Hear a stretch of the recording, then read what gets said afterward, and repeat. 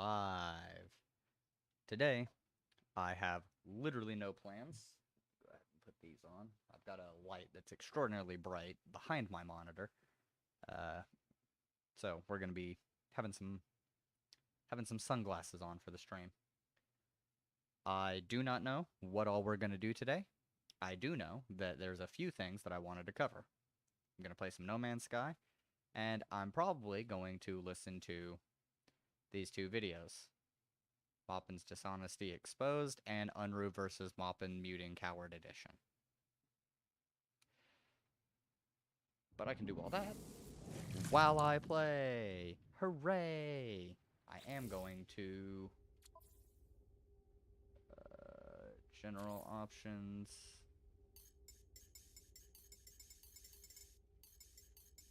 Turn everything down, like, a lot.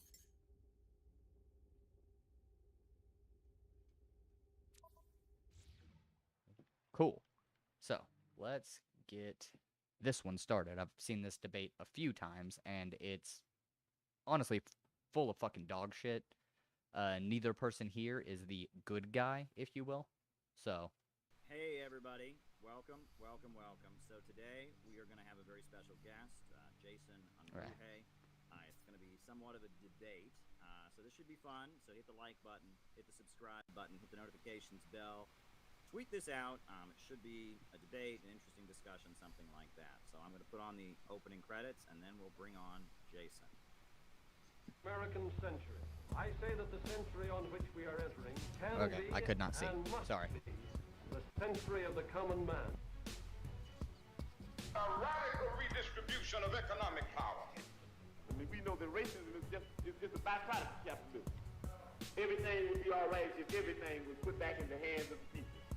We need a government that will make sure Americans are taken care of and organize the economy to serve the people, not the profits of a wealthy few. We now have the techniques and the resources to get rid of poverty. We got to start getting out there with the people. Get out of the movement and get to the masses. We need a government of action.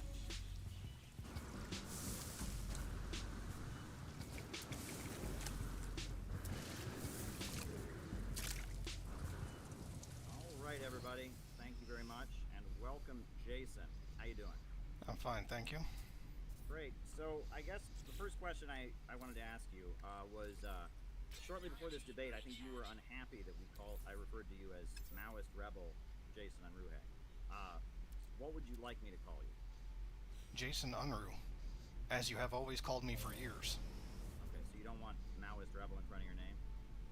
That's not how, that's the name of the show, that's not my name. Okay, well, I just thought that was the name of your brand. I meant no offense by it, and I'll actually go and change it right now while we're talking, if you don't mind. Well, that's kind of undercut by the fact that you put it in quotation marks. That's what you call your brand. And of course, already starting right off the bat. So, I guess I just want to ask you a series of questions and give you an opportunity to respond. The first one that I wanted to ask you is back in 2017, when you and I were still on friendly terms, the World Festival of Youth and Students, which is a global communist gathering, was happening in Sochi, Russia, for the 100-year anniversary of the Bolshevik Revolution. Communist parties of the world were going to be there. The PRK, which we're very supportive of, sent delegations. The Communist Party of Vietnam, and I really wanted you to go to that. And I reached out to you, and the organizers of the festival had seen your work online, the good work you were doing, defending the PRK, defending Cuba and such, and they wanted you there. You didn't really seem interested in going. I can't. Technically speaking, I'm in an economic condition right now where given a particular relationship and dynamic that I have with the government, I have to report any time that I leave the country for any extended period of time. This is true. And that's not something I can do. There's a complicated situation there. Then I don't know what this has to do with my allegedly childish attacks on you. Well, I mean, it's almost like you're trying to frame me as a person who doesn't care about the global movement. I really see this has nothing to do with what it is that you asked me to come on here for. No, it was just a series of things I was going to ask you about. But, I thought it would have been really awesome if you'd have been there because... I would like to have gone. Yeah, my social media was at that point way smaller than yours was, and the amount of people around the world that I met who like my work, who recognize me and such, and communists around the world that pay attention to, what we do as communists in the Western capitalist countries is really important because, so many places in the world, Indonesia, the Philippines, Africa, I mean, they're under the gun of U.S. imperialism. So, whenever there's people in Canada or the United States that are talking against imperialism, talking about socialism, they're very interested in it. And it's very important what we do. And that actually brings me, so there's a document that I've always really liked, and it's called Long Live Leninism. It was published in 1960 by the Chinese Communist Party. It's one of the main documents that Mao wrote to criticize the revisionism of Khrushchev. And I'm actually dropping it in the chat right now so people can take a look at the link. And that my next question is basically, one of the most important paragraphs in that document. It says, the liberation movements of the proletariat in capitalist countries should ally themselves with the national liberation movements in the colonies and dependent countries. This alliance can smash the alliance of the imperialists and the feudal, comprador, reactionary forces in the colonies and all dependent countries, and will therefore inevitably put a final end to the imperialist system throughout the world. I do want to point out, what Maupin says here is not untrue. They did write this. The old theorists like Lenin did write this. However, I'm going to make the case right here. Let's do this properly. I'm going to make this case right here. Yes, Lenin and Marx have written about the necessity of working with revolutionary groups, even if you don't fully agree with them.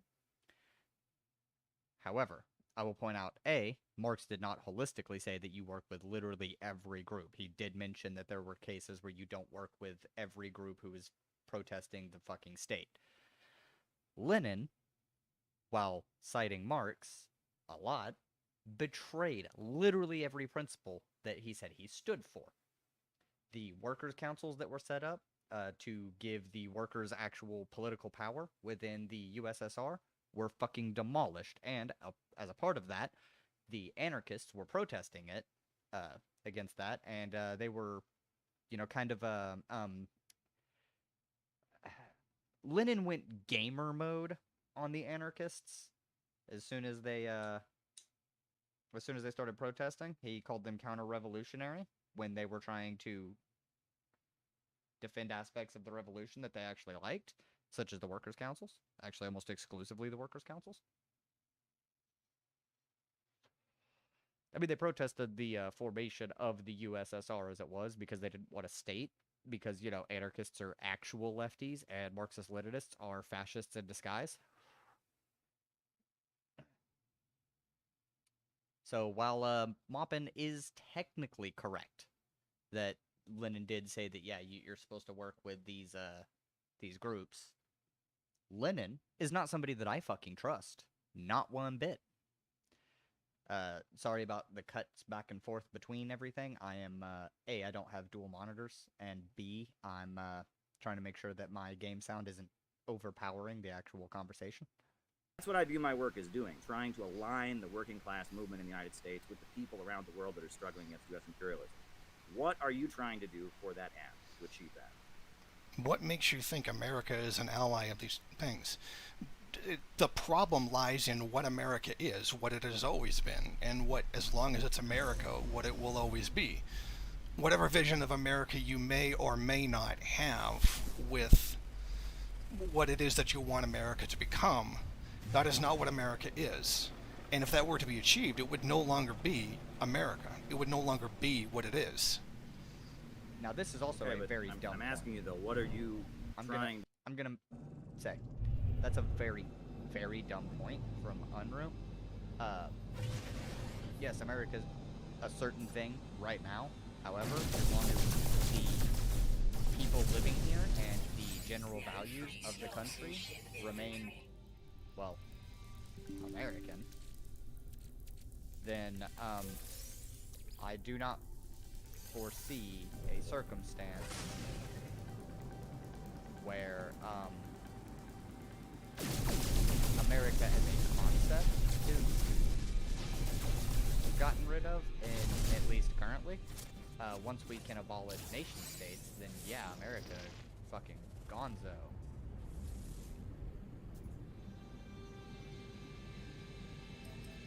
But as it sits, even if we did a socialist revolution right now, there would still be America the nation.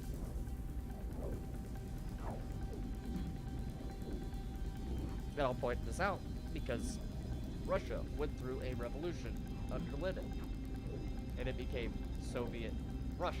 It was still Russia. China underwent a revolution with Mao, and it was still called China. Those are big ones. Every country that's undergone a revolution has maintained the name of their nation. The name of the actual geographical location where they had their borders. Albeit some of them shrunk, some of them expanded, some of them split in half, it depends.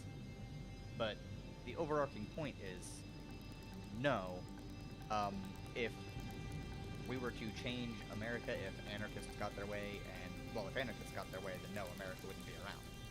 But if people like Maupin got their way, America would still be America, because Maupin's a fascist. And our country is full of fascists. Not surprising. At least it really shouldn't be to anybody who's familiar with anarchist theory.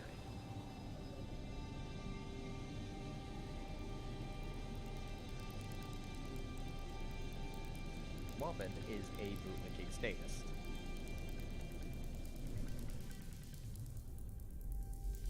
And you will discover that fairly shortly. As it is.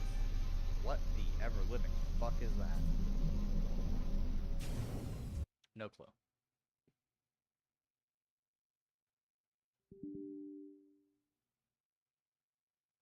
Oh, fuck. I can't record this. I don't have any more space.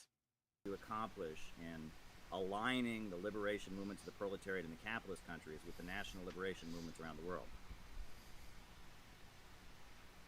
To forward anti-imperialism. I don't understand what the point of your question is. Well, my reading of that document is that those of us living in Western capitalist countries like Britain or France or the United States or Canada, yes, I get that part, but I don't understand how to align the working people of this country with the national liberation movements. And I'm just asking, what are you doing toward that end, or do you not think that's a good thing to do?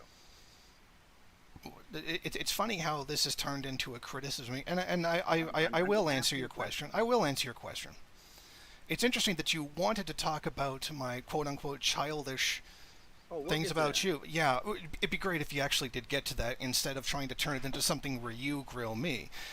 This goes back to your fraudulent accusation that you made against me at the beginning of all this, saying that I was pro-imperialist. It was the last message I sent you on Facebook before you blocked me. You said that I was pro-imperialist, and I called you out to a debate, and then you hid for a year. Okay, well, but to answer your question, I think this is very related. Actually, that's why we're yeah, talking and about what to it means answer, to be anti-imperialist in the Western I think I know. It's the very center of everything that I do. It's the first and foremost and primary contradiction. So let's talk about it. No, actually, your thing is about America. That's why you're a patriot, talk about that. And that's why you don't support revolutionary suicide. Okay. All right. So exactly. Answer my question, please.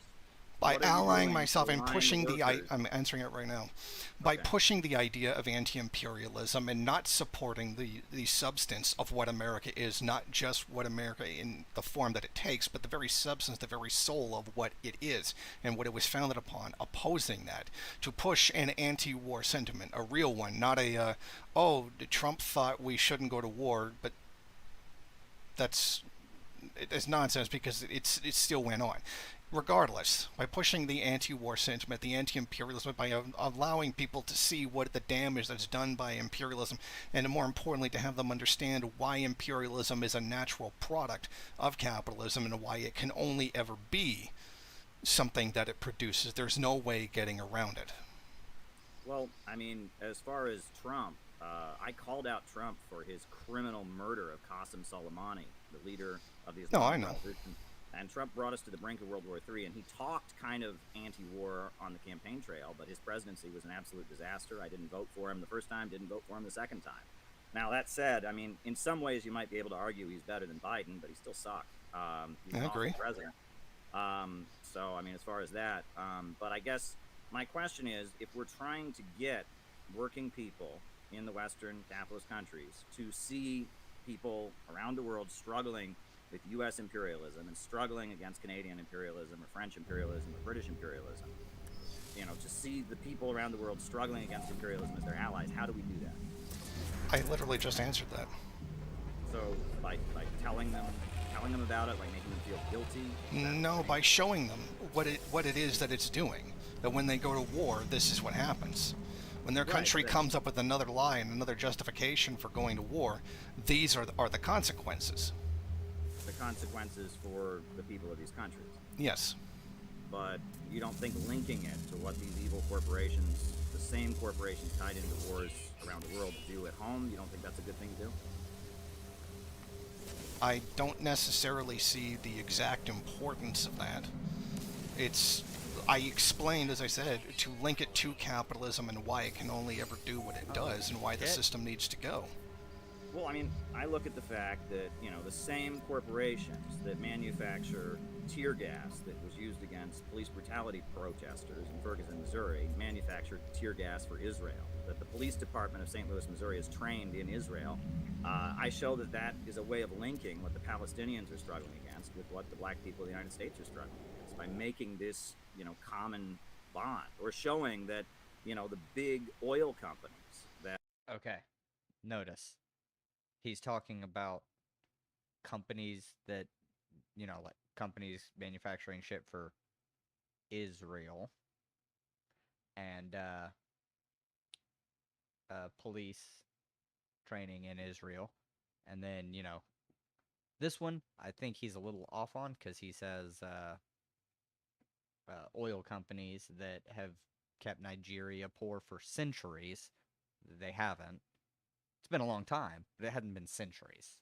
That are reaping in super profits from these high gas prices are also the big oil companies that have kept Nigeria chronically poor for hundreds of years, despite at this point being the top oil exporting country in Africa. I think making those links and showing that the same corporations that are hurting American workers are also the same corporations that are pushing imperialism and devastating people around the world. I mean, I think showing American workers that they have an economic interest in defeating imperialism is our duty, right? I mean, we need to show American workers that imperialism doesn't benefit them. It does benefit them. That's why imperialism exists. Mm-hmm. It does benefit them. Yeah, that's how rich countries become rich and poor countries stay poor. Well, this confrontation with Russia has resulted in higher food prices, higher... That's an entirely different situation. Russia... No, that's imperialism. No, it's by big corporations, wrong. Banks, drug cartels, and syndicates. That's wrong. what I define imperialism as. It's not about the definition of imperialism. It's about whether or not the country is being plundered by the United States, which it isn't. It's absolutely incomparable to take a country like Indonesia or Thailand or Honduras and compare it to Russia.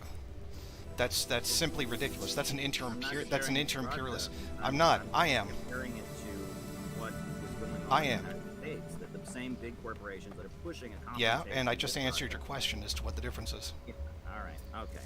I'm going to mute you if you don't stop interrupting. You know, now, He keeps you know, Oh, you should let me the answer same that. big corporations that are pushing for a confrontation with Russia have also hurt American workers. And so, opposing this confrontation with Russia and fighting for jobs and schools and housing for American workers walks hand in hand, doesn't it? Okay, and your point being? My point being that these imperialists are not patriotic. They are hurting American workers. They're hurting American families. They're setting up a low-wage police state. They've set up a prison industrial complex. They're driving down living standards. And they're also pushing for war abroad, and that we share a common destiny. The working people of the United States, their interest lies in standing with the people of Africa and Asia and Latin America against U.S. imperialism. Yeah, and let me know when they start doing that. Well, that's our job. Jason, Yeah, that's our what job I've to been make trying them to do. That's what we've both been Good. trying to do. That's So what I'm I trying to don't do. see what the point of contention here is. Neither do I, and I don't understand why the hostility. But I guess now, since Because we've the kind way of you're trying to phrase things. we both agree, based on what you're telling me, that it is our job as Marxists in the Western capitalist countries to show a common interest between the working people here and their struggle against capitalism and the working people around the world and their struggle against imperialism. We agree on that. So we've established a point of agreement. So that brings me to a number. We're here to talk about your statements, and here we go. This is a statement that you made. I've got the screenshot. I'm just going to add it here to the screen. So I said, one odd pattern that you notice when looking over the history of Asia is that Christianity, brought by European missionaries, frequently got hijacked by revolutionaries, reinvented and utilized by peasant revolutionary uprisings. This happened in Korea, Japan, China, and elsewhere. You responded by claiming that is historical revisionism. It is. Okay, so did the Shimabara rebellion in Japan happen? And exactly of what relevance is it? Well, this was in 1637. 1637. Yeah. We're talking about Marxism. We're not talking about Okay, 1637. I'm going to mute you now.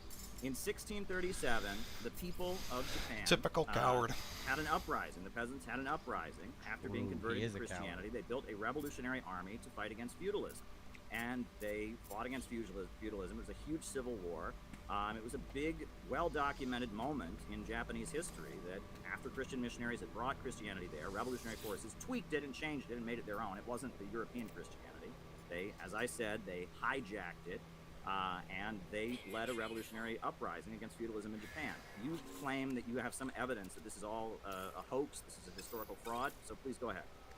Well, now that you've unmuted me from trying to answer you, by the way, I don't really think you're one that can complain about anybody talking over them, considering the last time we did a stream like this, you talked over me, but I digress. As I had already stated, this has nothing to do with Marxism, and that's the point. I didn't say it did.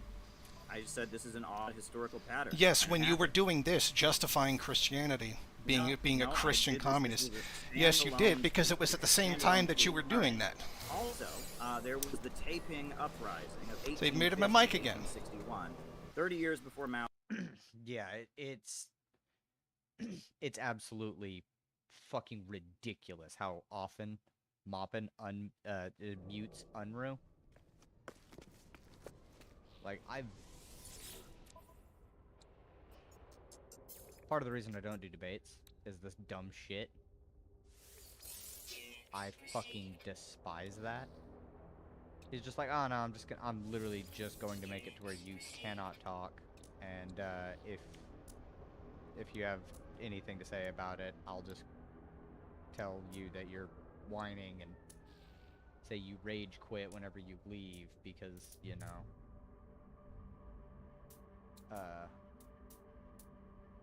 you were actively preventing me from being able to talk. So I get Unruh's frustration here. And Moppin goes through and constantly lies and misrepresents what others are saying, so watch out for that. Was born. 20 to 30 million people died. They were led by the Taiping Heavenly Kingdom, which was a Christian movement of peasants that fought against feudalism in China. When Mao took power, he actually built a monument to the Taiping Uprising. It's in Tiananmen Square. This is the biggest civil war in human history, in which Christian peasants in Asia, who, you know, were converted to Christianity, they tweaked it and adopted it for their own ends. They had an uprising against feudalism. Now, do you have evidence that this is a hoax? This is a fraud? It never happened? As I have already said once, and you muted me as I was trying to answer you again, this has nothing to do with Marxism. That may be historically true. May or may not. I don't know. That was not the point of contention. The point of contention is that you posted this in order to justify Christian socialism or building a revolutionary thing around Christian. Because that was what you were going on about at the time. So now you're just simply denying. So now you're just taking exactly what I said, denying the context. Okay, then so you're we basically agree. saying that I said something that is historically true, and you claimed it was false because you don't agree with a point you think I was trying to make. Is that correct? That's not the point you were trying to make, and we're going to disagree on this. What And point was once I trying again, to you make? muted me as I tried to answer. Yeah, because you're interrupting me. I'm not interrupting you. No, I posted a historical fact, and you can believe the Taiping Uprising was very important to Mao, and studying it happened shortly before. No, see, Moppin is such a weaselly little fuck. You see how he's already moved over on what he said? Like, he's literally out there talking about all this shit, trying to justify Christian socialism, being a Christian socialist, which, personally, I don't think is an issue being a Christian socialist, but having to lie about history, not that he's, like, making up the event that he's broadly talking about, but he kind of, overly narrativizes and pushes it in a certain direction, leading you to think that maybe they were Christian he was born. socialists. And the fact that he built a didn't monument exist. to it after he took power, it was a very important event that's very relevant to Marxism. Never said it wasn't. Marx, You just said we're Marxism not talking, is this isn't Marxism, it's not relevant because anti-theist. we're not talking about Marxism. I'd say it's pretty relevant. It's very similar to the peasant wars in Germany, an entire book that was written by Friedrich Engels about how the peasants in Germany, again, in the name of Christianity, rose up against feudalism. This is very relevant to Marxism. Marxism is a framework with which you can understand the entirety of human history. So you can study historical events from a Marxist framework, and it is true that many times throughout history, in Asia and elsewhere, and in Europe and in all kinds of places, there are people who, in the name of Christianity, have risen up against capitalism and imperialism. They've hijacked it as their own. That is a historical fact, and I don't know why you would deny a historical fact simply because you don't like something that you think I meant when I said it or something. I don't get it. Okay, now that took long enough. You're misrepresenting what I said. I'm not saying these things weren't of any historical significance. I didn't say you said that. they I didn't did have not them. You say... said it No, was I did not... historical No. revisionism. You know, as I had already clarified, that this was not about that. This is about modern day and you pushing a Christianity view. I am not denying these things in the past. Yes, you are. You called it historical No, revisionism. I am You not. were I saying am that saying lied about specifically history. right now, that's not what this is about. Yeah, actually it is. If you say something... No, historical that's not what I'm revisionism, saying. I am not saying that these things didn't happen. Well, then why did you call it historical revisionism? I didn't. didn't In say the it's context, you're contemporary. changing the context of what I'm saying. I mean, your tweet is right You're there on changing the screen. context of what I'm saying. Everyone can see what you said. It's right there, Jason. You I talked about dishonest historical piece of facts. shit. I talked You about are historical facts. you're completely misrepresenting what Why I'm the saying. cursing, my friend? Because I just said you're misrepresenting what I said. Yeah. I think that is a reason to get You're angry. misrepresenting That's what I said. exactly I what said- Vosh I did said- to you. No, I said historical facts. Not And that true. was not the You called me context a that you were historical saying it. revisionist. You denied history, basically. No, You don't I agree with I me. am saying right now specifically, I am not denying those things happened. No, Just to be clear, that is not true. As a matter of fact, I have to. Bosch Moppin. Boom. We're going to be watching it after. There, Jason. you I talked about dishonest historical piece of facts. shit. I talked You about are historical facts, completely already. you're completely misrepresenting Anger, what why I'm the saying. cursing, my friend? Because I just said you're I would much misrepresenting rather what I give said. Yeah. Unreal. I think that is a reason to get You're angry. misrepresenting That's what I exactly said. what I Vosh said did to you. No, I said is untrue. historical facts. And that was not and the you called context me a that you were historical saying it. revisionist. You denied history, basically. No, You don't I agree with I me. am saying right now specifically, I am not denying those things happened, nor did I intend to say that then. I was specifically referring to modern day and Marxism. Yes, I such wasn't. and such individual. Okay, so you say. I don't believe you. Okay, so you claimed that me talking about a historical event was false because you believed that No, I was in the using it to context make that a you point attempted to portray about it. something now. What is the context? I'm talking about history. The context, which I have already said 3 times previously, was you were using this as a justification to push Christian Marxism. No, I'm using this to talk about was. history. for the I'm gonna same have to reason disagree Frederick with you. Engels, for the same reason that Yeah, Frederick he's- Engels. I'm sorry, but Google this before you accuse me of making up and lying about I history. didn't claim that you lied about what happened. apparently, True, he here's did not. some historical revisionism.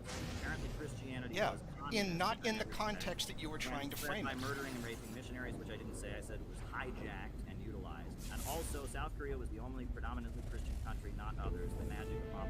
So it sounds like you're saying that the only place this could have possibly happened is South Korea, which is not what I said. I just decided to the Shimabara rebellion. I just decided to put taping up. I'm saying, you know No, I'm not. Your specifically words that are I am right there. talking about Marxism is this because a I have fake told you screenshot? multiple times. Is this a fake screenshot?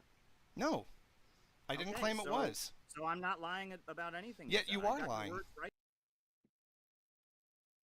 Referring to modern day and Marxism. Yes, I such wasn't. and such individual. All the Shimbar that I shot. No, I didn't Okay, claim it so- was. So I'm not lying about anything. Yet said. you I are got your lying. words right there. No, I'm not. You I are got lying. your You're exact lying words. about the context. Oh boy. Okay. But speaking of that, since we are talking about Christianity, now I'm going to take it off the screen here, but I think everyone's had a chance to see it, so I'm not trying to falsify. Well, the tweet's still there. Yeah. So there you go. All right. Now, you made a video. Let me adjust this. You made a video. I like a better word than the full thing here. You made a video on 22 called Caleb Maupin's Racist Pandering.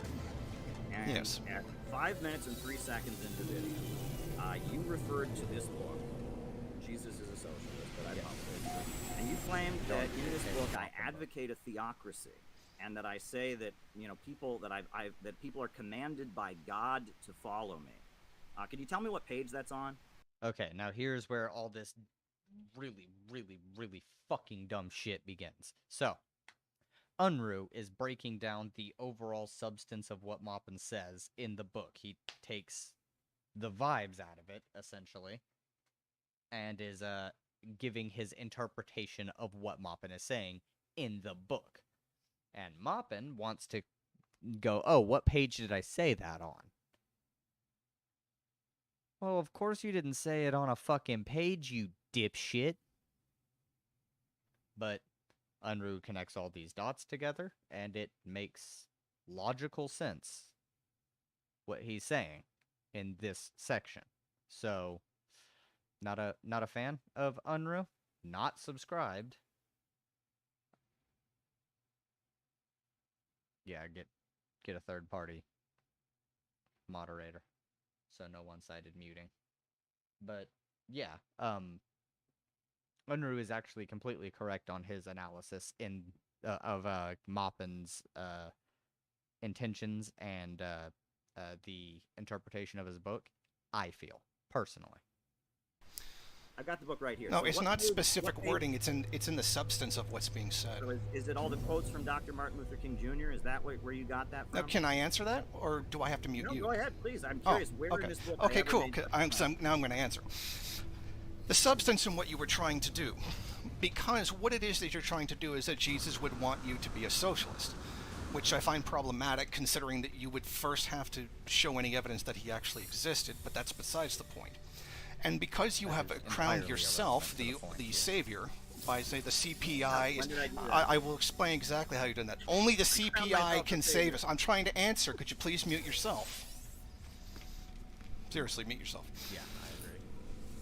To answer your question before you interrupted me again, like the hypocrite that you are, because you have posed yourself as only the CPI can save us, and only the CPI's line is correct, yes, that's why you started the party, and that's why you attack literally party. everybody else. Okay, Center for Political Innovation and Organization, whatever it is that you want to It's call it. aligned with, we have members of the Communist Party in our group. We have. I gotta tell you something.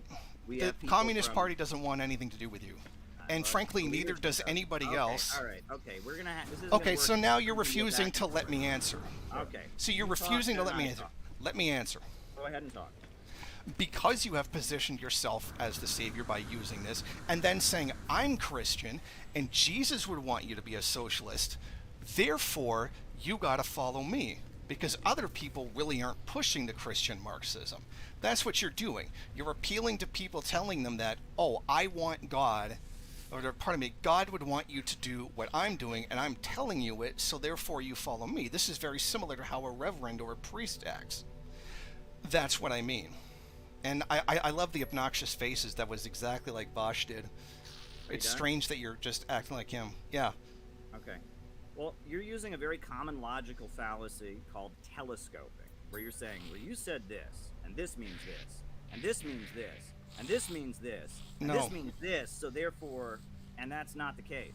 First things first, CPI is not a party. There are people in many different political organizations that are members of the sneezed CPI. at the wrong We are very time. friendly with That Jackson Hinkle. We are very friendly with Haas. We're very friendly with Awful. Peter Coffin. We're very I wouldn't friendly brag with about all kinds of different political Wait.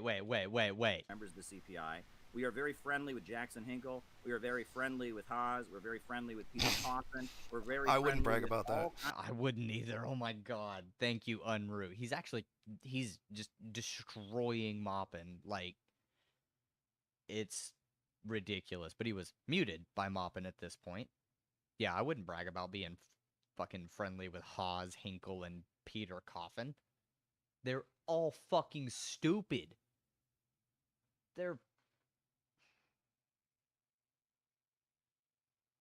I have to combat ableism every goddamn day when I see them. On fucking Twitter or somewhere, or somebody brings them up. I'm so tired of them. all kinds of different political forces. I've never claimed that CPI, that I'm the savior, that CPI is the one true way. And in fact, the whole reason we started it as a think tank rather than a party is to get out of that kind of childish LARPing and actually try and have an institution that can push Marxist politics in a way people can understand it. CPI is not a Christian organization. I would say the majority of the group are atheists. We have some Muslim members, we have some Jewish members, and I'm in the minority as someone in the group who's a Christian. And in fact, the very first book we published was a Muslim socialist book by Gaddafi that pushes Islamic socialism. The very first book we published was not a Christian book. It was explicitly a Muslim. So the notion Gaddafi's that not we a put socialist, book by the of way. quotations from the Bible and Dr. Martin Luther King Jr. and Eugene And Debs also those and Daniel are not DeLeon and your others works. out You there didn't publish in order them. to make the case that we're trying to establish some kind of Christian theocracy is simply poppycock. I mean, it just doesn't add up. I mean, do you disagree with that? To answer your question, it's not telescoping because I'm not making a series of things. I'm taking the collective whole of what's being said. Well, the collective whole of what's being said is we put out an Islamic socialist Yeah, book. yeah. By the Collective way, whole- publishing somebody else's work doesn't really count as publishing a book. And, I mean, we published Dr. Martin Luther King Jr. Also somebody else's work. But yeah, no, Gaddafi's not a socialist. He's not. He talks about some socialistic shit. He was a social democrat at best.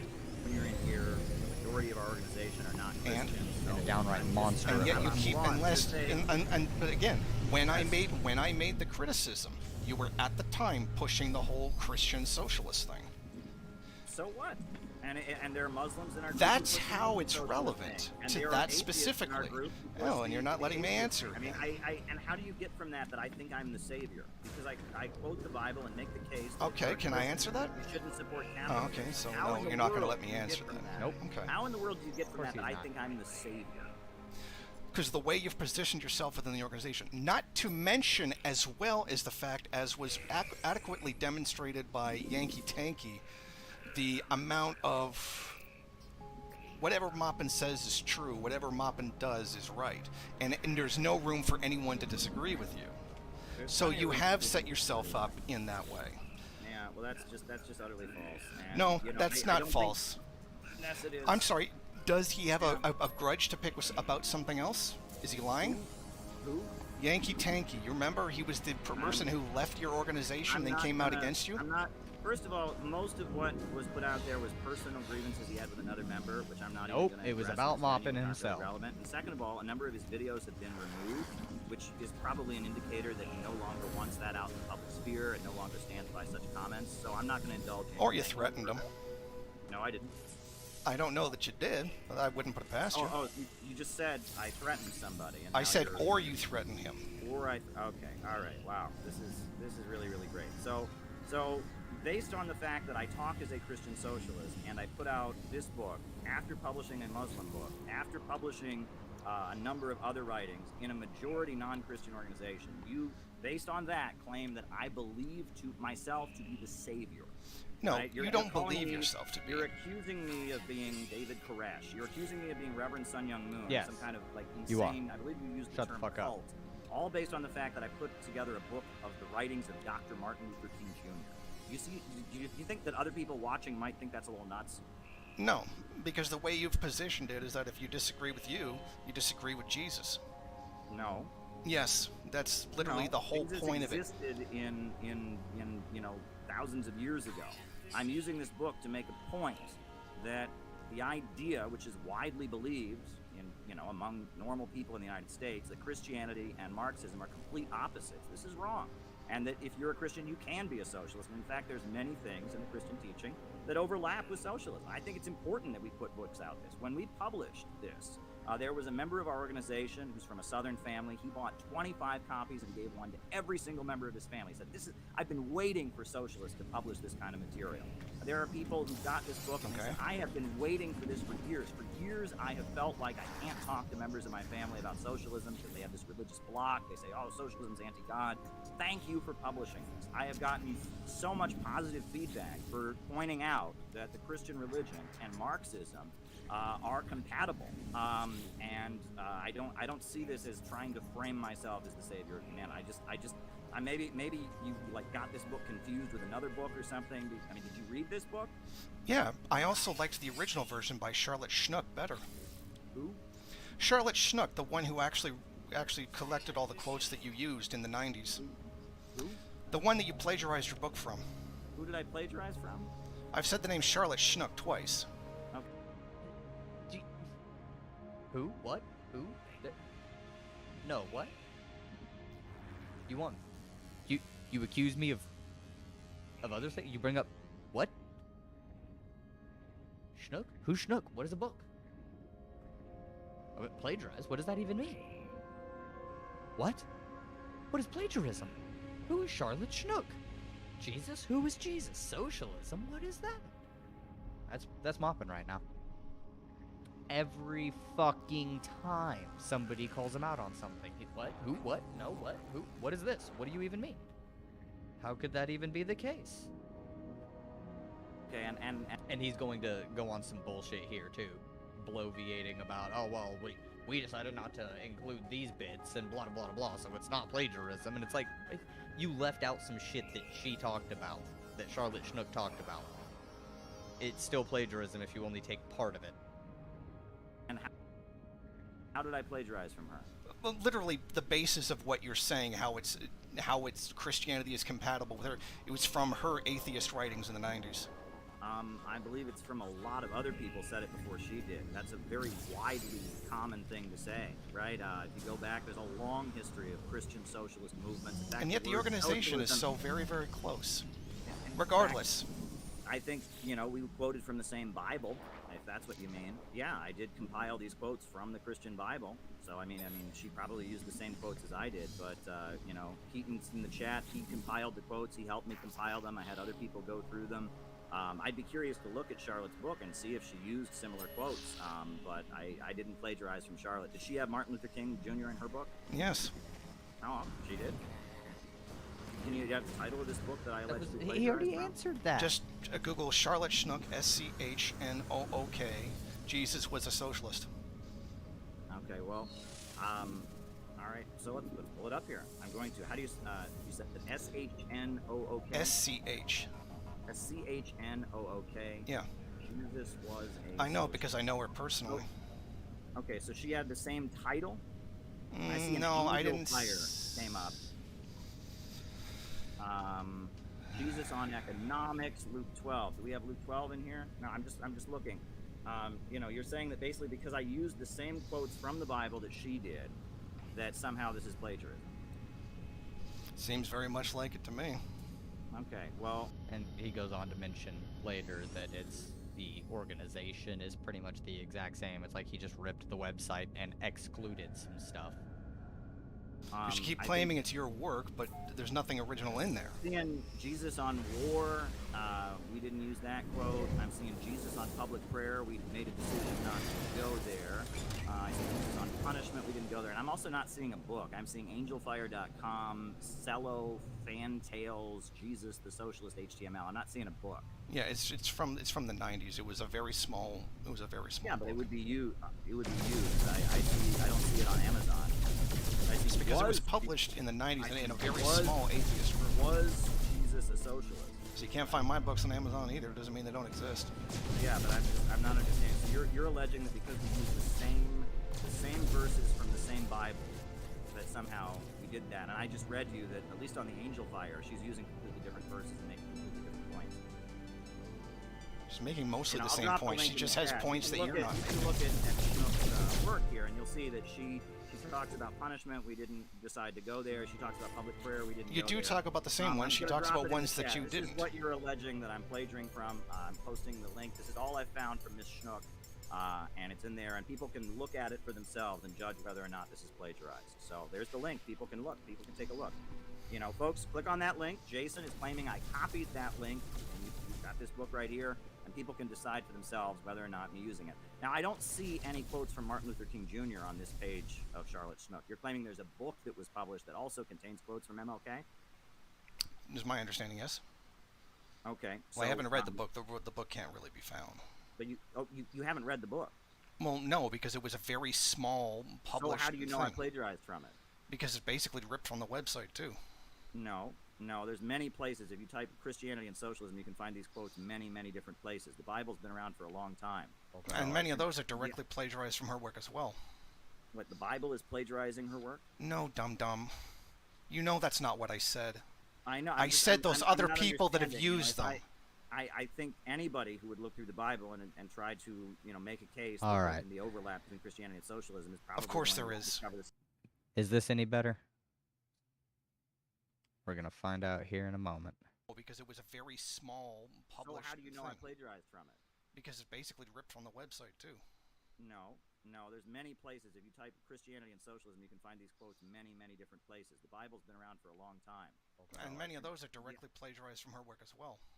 We're about to The find Bible is out. plagiarizing her work? No, Sorry, Blue, I was dum-dum. busy. Couldn't really You know see, that's not what I but said. I'm checking to I see know. if my I said voice those is... other Not people that have understanding, used them. I think anybody who would look through the Bible and try to, make a case All that right. the overlap between Christianity and socialism is probably Of course going there to is. discover this. Is this any better? We're gonna find out here in a moment. It's a little bit better. Okay, well, I know what I must do.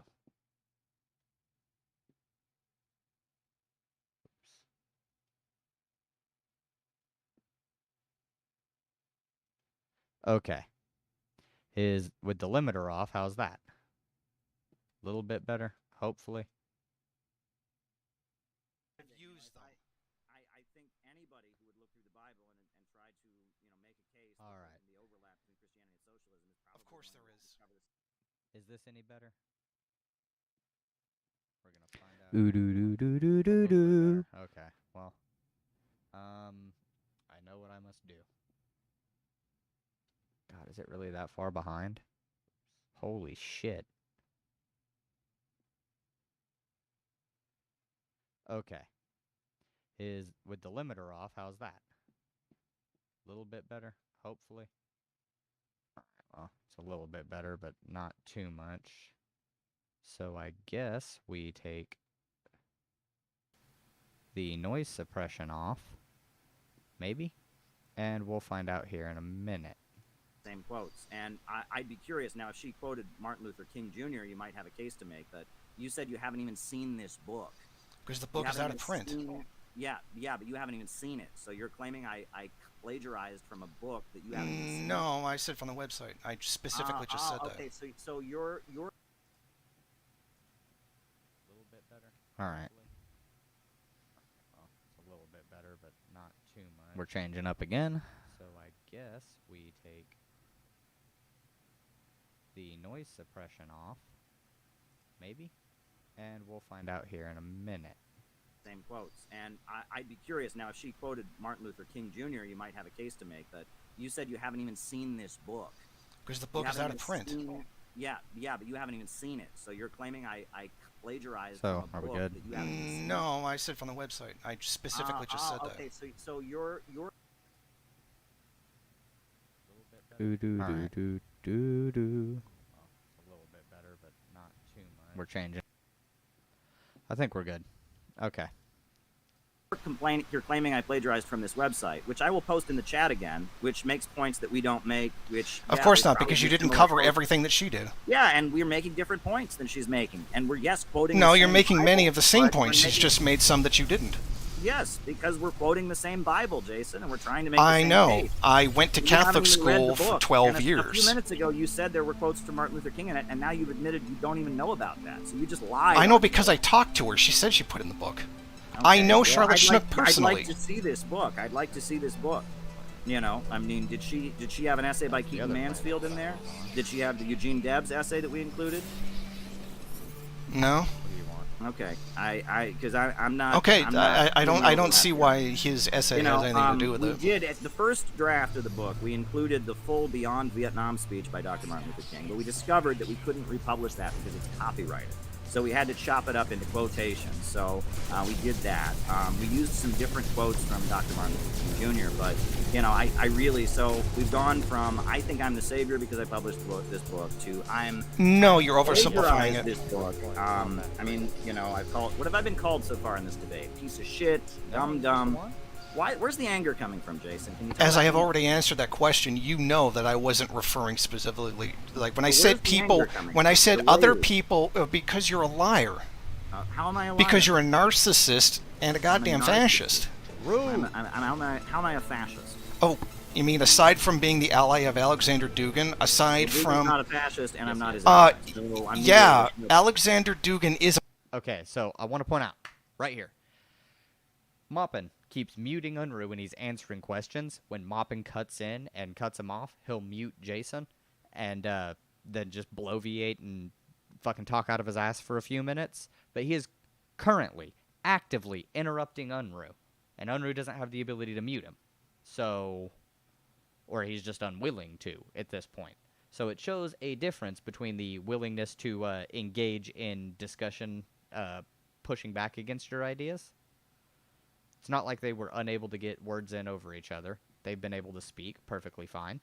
But, no. Currently, this is just the bullshit. It's Moppin being a pussy. That's what it is. a fascist. No, he's not. The guy who literally... read the The quote? guy who... Yeah, I did read it, by the way. Okay, so I can't answer once again. This is an important point. The fourth political theory that Dugin invented is inherently anti-fascist. It is contrary to both fascism and communism. Dugin was a founding member of the Russian Communist Party. He left with a split, and there was the National Bolshevik Party, which was led by Edward Limonov, who was openly gay and wrote novels, was a punk rock novelist, who was considered very liberal in Russia. And then Dugin left it, and he has something called the Eurasian Movement. Now, Dugin opposes both fascism and communism. No, He he considers them to be Western ideas. And I don't agree with Dugin. He rejects historical progress. I don't. He rejects communism. I'm in favor of communism. He is against gay marriage. I'm for gay marriage. He's against abortion. I'm for abortion being legal. Dugin and I agree on Western capitalism and imperialism being a danger, and that's why. Okay, see, notice. There is a very specific wording he uses. Western capitalism and imperialism. Because Moppin has no fucking care in the world about anyone else's imperialism. He actively supports Russian imperialism, Chinese imperialism. And, well, that's pretty much the main two that are trying it. North Korea doesn't really have much to do with that. North Korea is pretty much just trying to stand on its own. It's having a rough time of it, honestly. U.S. sanctions and shit don't help. I do have some sympathies towards North Korea, but not like the leadership, you know? More like the people, the situation they have to deal with, partly because of their leader. Just all this other shit that's going on. The sanctions that the U.S. has placed on them, I understand. Like, there's problems. And a lot of it comes down to their political leadership. And the U.S. So, Unruh does kind of get a bit of a pass on that one, although he's pretty much just a third worldist. It's all about hating white people in America. And Moppin is a fascist. I was happy to sit down with him, and I. Oh, and Dugin, yeah, no, he says things like the Holocaust were counterproductive, or it's not productive to be racist. So whenever it becomes productive to do those things, what the fuck do you think he's gonna do? Logical connections and all, just two logic pieces that just they fit together so perfectly. Be happy to sit down with any anti-imperialist, because that He's is not. my job, as we talked at the beginning of the debate. My job as a person living in Western imperialist countries is to build an alliance You're not against anti-imperialist, you're imperialism. pro-imperialism. And so I sat Shut the down fuck with up, him, Mom. but I don't agree with him. And he's a postmodernist. I believe that there is objective reality and one truth. He says that in Russia there is a different truth for Russia. And he has views that are very, very contrary to mine. So I'm not Dugin, and Dugin isn't a fascist. So both of those points are way off. But go ahead. Okay, well, you muted me while I was explaining how he is a fascist. You've completely misrepresented his book. Actually, right out in the Keep book, talking. I'll go get his book. Right into, he says, he literally calls for pushing fascism using using fascist and socialist symbols. Dugin was also part of an anti-Semitic nationalist group, the Pamyat, in the Soviet Union. Pamyat used the same version of the Russian flag that you do in support of Russia in your meetings. Oh, I see that when I get the answer, you walk away so you don't hear it. I'm trying to get my copy of Dugin's book. I was going to read to you. Okay. I don't know where it is. But first of all, what version of the Russian flag are you referring to? Well, I have a picture of it here. It's the one that's the black, blue, red, with the eagle in the middle and the writing. Yeah, I that's can't the read. flag of the Donetsk People's Republic. Really, because here is a picture of a guy. They were waving the exact same one way back. Yes, that's the flag of the Donetsk People's Republic. no, That's it's the not. flag that they chose. Oh, so Yeah. just waving a flag used by a fascist party. No, used by the communists and progressive Russian-speaking people of the eastern regions who declared independence. That's actually what their flag looks like. You do realize that he's literally saying in the fourth political theory, he's pushing for fascism, and saying to No, use he fascist and spends socialist pages- symbols. He spends pages denouncing fascism. He talks about how fascism, because it's inherently racist and because it's tied in with the Holocaust, etc., has been discredited. That's basically what he says. I mean, I've read the passages. And on yet this the thing substance before, of what he's saying is and different. I'm not him. So it's like, again, you're doing No, this I didn't say you were telephone. him. You talked to Dugin. Dugin said this, so therefore, and it's like, No, can but I answer Dugin's that? not what you say he is. Can I answer that? I talked to him one time. I don't agree with him, so your logic doesn't add up. No, can I answer that? It's not Yeah? because you talked to him one time. It's because you were palling around with him. It's because you want, and let me answer. He really does. And because he was so nodding along with you when you were talking about the bankers who were influencing things. As a Marxist, you would know that it's not a conspiracy by the bankers to ruin America. It's just capitalism. It's doing what is profitable. It's not something that's specifically targeted as trying to destroy America, which, by the way, you did specifically say in that thing. And that's why he was nodding along with you. And you muted my mic again. Okay, now, if you read Lenin's book, Imperialism, the Highest Stage of Capitalism, Lenin makes clear that one of the defining aspects of imperialism is the dominance of finance capital. And Russia, as a country that was devastated after the fall of the Soviet Union and economically plundered, they have rebuilt themselves up, and they are fighting against the same big banks and corporations that are destroying the lives of American workers, and that we have a common destiny. And that, yes, there are big banks and big corporations tied in with big oil companies that have a financial interest in trying to crush Russia. That is basic Marxism. That is what Lenin wrote about in Imperialism, the Highest Stage of Capitalism. This is a pretty honest understanding of things. So the fact that I talked about how imperialism, which is defined by Lenin as the rule of the world by trusts, cartels, and syndicates, the dominance of finance capital, and I talked about struggling against it and made a speech critical of the Western left for failing to do so. And you interpret that as somehow me wanting to kill all Jews or something? That's ridiculous. Well, you muted me right in the middle of it. I was trying to explain it, and I had already explained the difference between the two. I never said bankers weren't ruining the country. You keep going back to that, which is something I haven't denied. No, you just attacked me for saying that. No, I attacked you for the way that you phrased it. You dog-whistled anti-Semitism by saying it that way. True. Unruly. You knowingly did. It's hard to claim that you're not being a fascist when you keep allying yourself with right-wing movements and ideas like the Freedom Convoy. And can I answer, or can I mute you? Oh, okay. You're saying okay, things good. that are untrue, but continue. No, you did. You openly supported the Freedom Convoy in Canada, which was a fascist movement. Yes, it was. I literally played the video of the guy who... Yeah, the leader of the movement. You know what? Let's... 1.25. The Patrick King, the guy who organized the whole thing. Yeah, talking about great replacement theory bullshit. So, yeah, no, he was a fascist, and he organized a fascist movement that did call for Justin Trudeau to be replaced by one of their hand-picked right-wing extremists. And Maupin's going to do some real big fucking bullshit. The thing that he'll say that Fox News does, oh, there was one guy with a thing here, so this is an entirely fucking communist movement or whatever, and that's what he does here. He's like, oh, one guy, Patrick King, I've never heard of him, blah, blah, blah, blah. Of course not. You don't know anything, Maupin. You're fucking dumb. How the fuck did you ever get a platform? Oh, right, because you're Russian state media. They will pay people as fucking brain dead as you just because it disrupts American political discourse.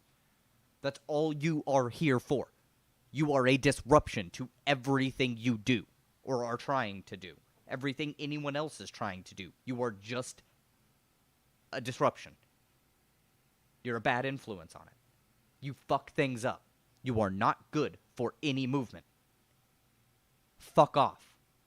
Leads the thing talking about great replacement, talking about how there was a conspiracy by people and to get rid of... Occupy Wall Street a Maoist movement? No. Well, the RCP went there, so it must be. The RCP didn't lead it. One guy showed up with Nazi flags. No, not one guy. The leader of it. The leader of it is an anti-Semite. What was the issue at hand in the Freedom Convoy? Fascism? Were they marching for fascism in Canada? Yeah. Essentially, yes, they were calling for Justin Trudeau. Okay, I'm going to answer, because you exactly weren't actually there for it, and that's why the majority of Canadians didn't support it. It's because, yeah, I know, they had a few Sikhs in there too. That wasn't the point. Okay, but they don't count, right? That wasn't the point. That wasn't the point. The guy who ran it, the guy who led it, the guy who was the chief financial operative for it, he was the guy that you sent the donations to, was saying, yes, this is about great replacement, using the term Anglo-Saxon race, because it's a way of getting around the censors. If you say white, then you get censored. Again, I am trying to answer, and you're interrupting me. Supporting that, full well knowing that they were asking for the Liberal Prime Minister to step down, holding the country hostage in order to do so, in order to take their hand-picked person from their far-right group to take up the position of Prime Minister. That's not even just a process. It's almost an attempted coup, and it was entirely right-wing. Their arguments were entirely right-wing. Most of the companies, the truckers that were involved in doing the whole thing, were actually business owners. They weren't. The vast majority of them weren't even regular working people, because one got to wonder how they were able to do that instead of working. So no, you literally misrepresented the entire thing by your statement just there, and you openly supported a guy who was supporting fascism and calling for great replacement theory. Yes. This guy. You supported his movement. Oh, telescoping again. That's not telescoping. You literally supported his movement. Yes, it is. Yes, that's not telescoping. That's only one. Are you done? May I respond?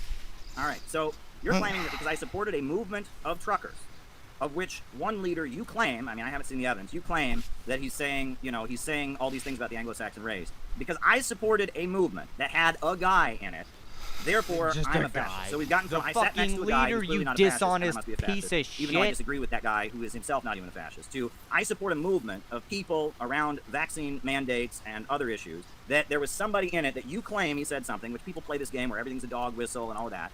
I really doubt those Sikh truckers there were marching for the Anglo-Saxon race, Jason. And you can disagree with me about the truckers. Can I answer? But to claim that I am somehow a fascist because I see a group of people in motion protesting against the state, against Justin Trudeau, and I sympathize with them, even though I'm in another country, that somehow makes me a fascist, that is completely dishonest. Go ahead. Your review of what I just said completely misrepresented what I said. It's just one guy. No, it's the leader of the entire thing.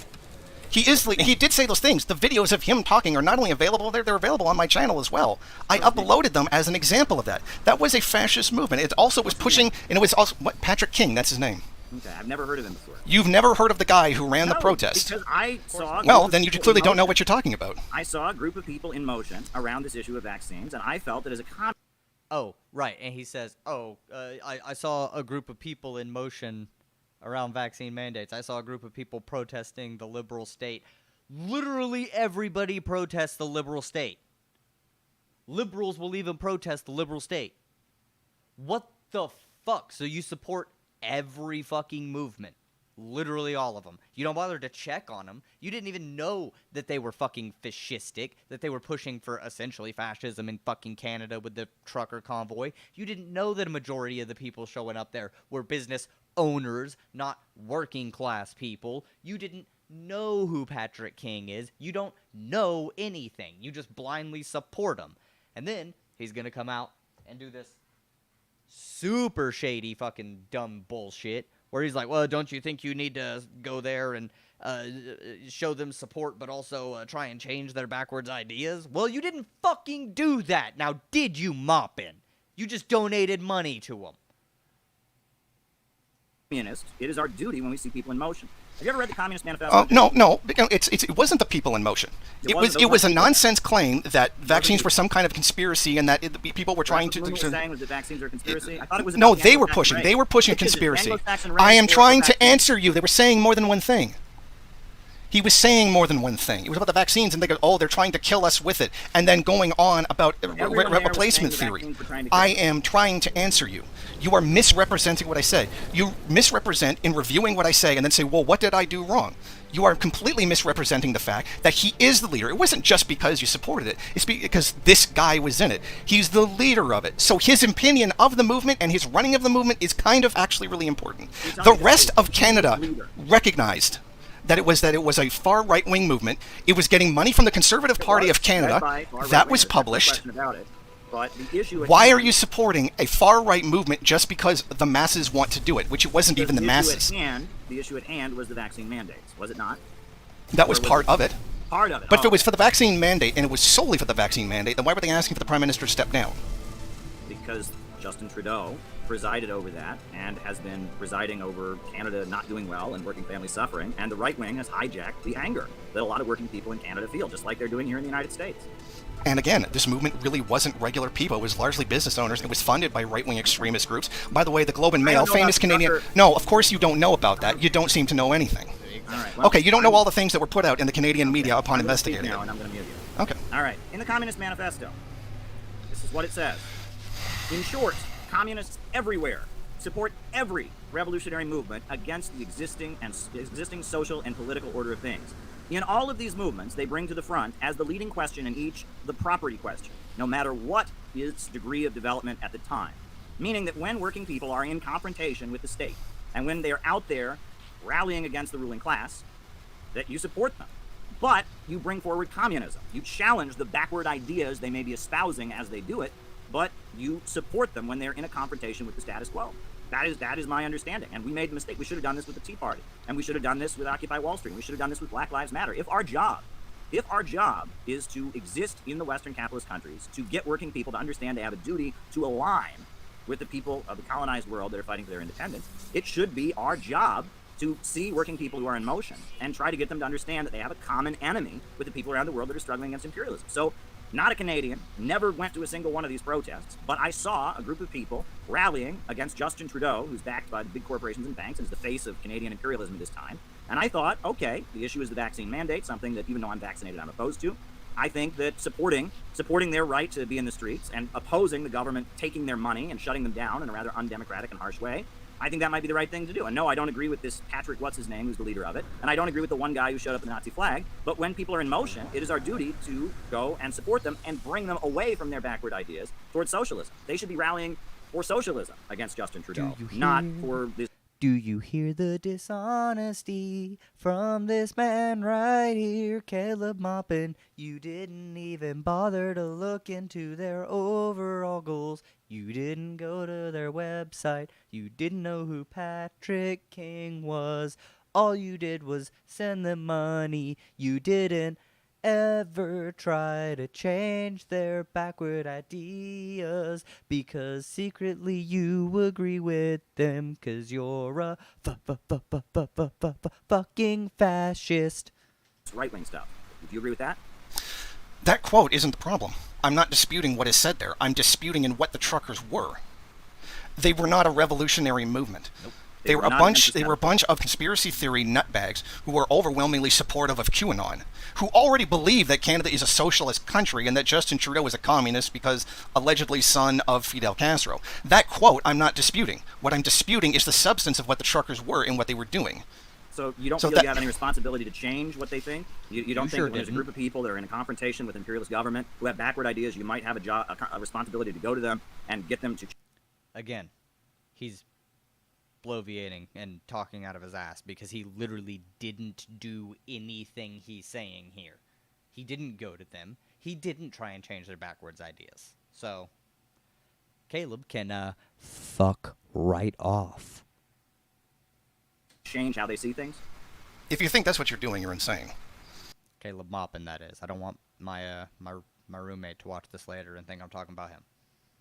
It's very unfortunate they have the same first name. Well, I wasn't doing anything. I was here in the United States. They were literally a reactionary movement. Okay, so you can support a completely reactionary movement, one that was looking to essentially pull off a fascist coup if they could. I think the issue was vaccine mandates. No, they were also asking for the Prime Minister to step down and be replaced with one of their own hand-picked individuals. You know, and I saw a communist literature table at Occupy Wall Street, so it was clearly trying to establish dictatorship of the proletariat. You know, it really blows my mind. Fox News has been doing this kind of crap to left-wing movements for years, and suddenly they turn around and do it to right-wing movements, and you're fine with that. One Nazi flag, one guy on social media said something that you say is a great replacement, so therefore all these truckers are Nazis, all of them are fascists. No, it's not about the vaccine mandate. It's actually a fascist plot to seize the government. Oh, and now we have to back Justin Trudeau, and if we don't, you're a Nazi. This is how nuts mainstream leftism has become. Well, you just lied by saying I was trying to defend Justin Trudeau, which is not true. Also, it's not just one guy, as I have said repeatedly, a point that you keep refusing to acknowledge. It was the leader of the movement, and you can't claim the leader of a movement's opinion isn't significant. And second of all, there were a multitude of issues there. They are fascists. They did. It was on their website. They were asking Trudeau to step down and be replaced by their own hand-picked person who was a far-rightist. You cannot claim that was not a reactionary movement, or, oh, it's just one guy. Literally, the demands of the group were to have a far-rightist put into power undemocratically. What would you call that? That's you might be able to change that by seeing a bunch of working people in motion who have these backward ideas and showing them that you oppose the status quo too, but the answer is actually socialism, not their reactionary bullshit. To answer your question before you cut me off again, you really like to do that, mute me when I'm trying to answer you. Yep. You fucking coward. You're the one muting. Where does this rage come from? Seriously, Jay, you deliberately misrepresenting what I'm saying. Okay, I heard this on Vosh's thing. I never watched it over here on Unruse. I want to hear that again. To do that, mute me when I'm trying to answer you. Yep. Fucking coward. Did you hear that shitty little giggle? Maupin knows that he's doing it just to be a shit. That he's being a fucking coward. Just the most massive quivering pussy ever. Like, straight up. And he knows, absolutely, that it doesn't look good, but he doesn't care. He gets this little fucking giggle in, because it gets him off or whatever. Total fucking virgin energy. You're the one muting. Where does this rage come from? Seriously, Jay, you deliberately misrepresenting what I'm saying. You repeatedly lying. Yes, you are lying. You are a liar. I don't have the anger that you yes, have. I didn't say anything about that. I didn't say anything about you being angry. I called you a liar. Now, No. I'm going to... 26, 2021. Forget it. Forget it.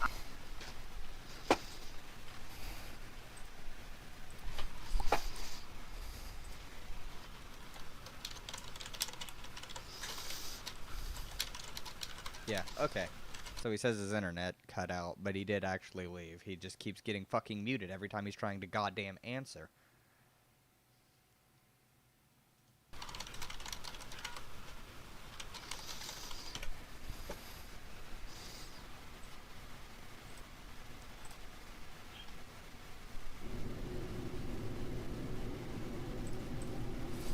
I advocate killing homosexuals.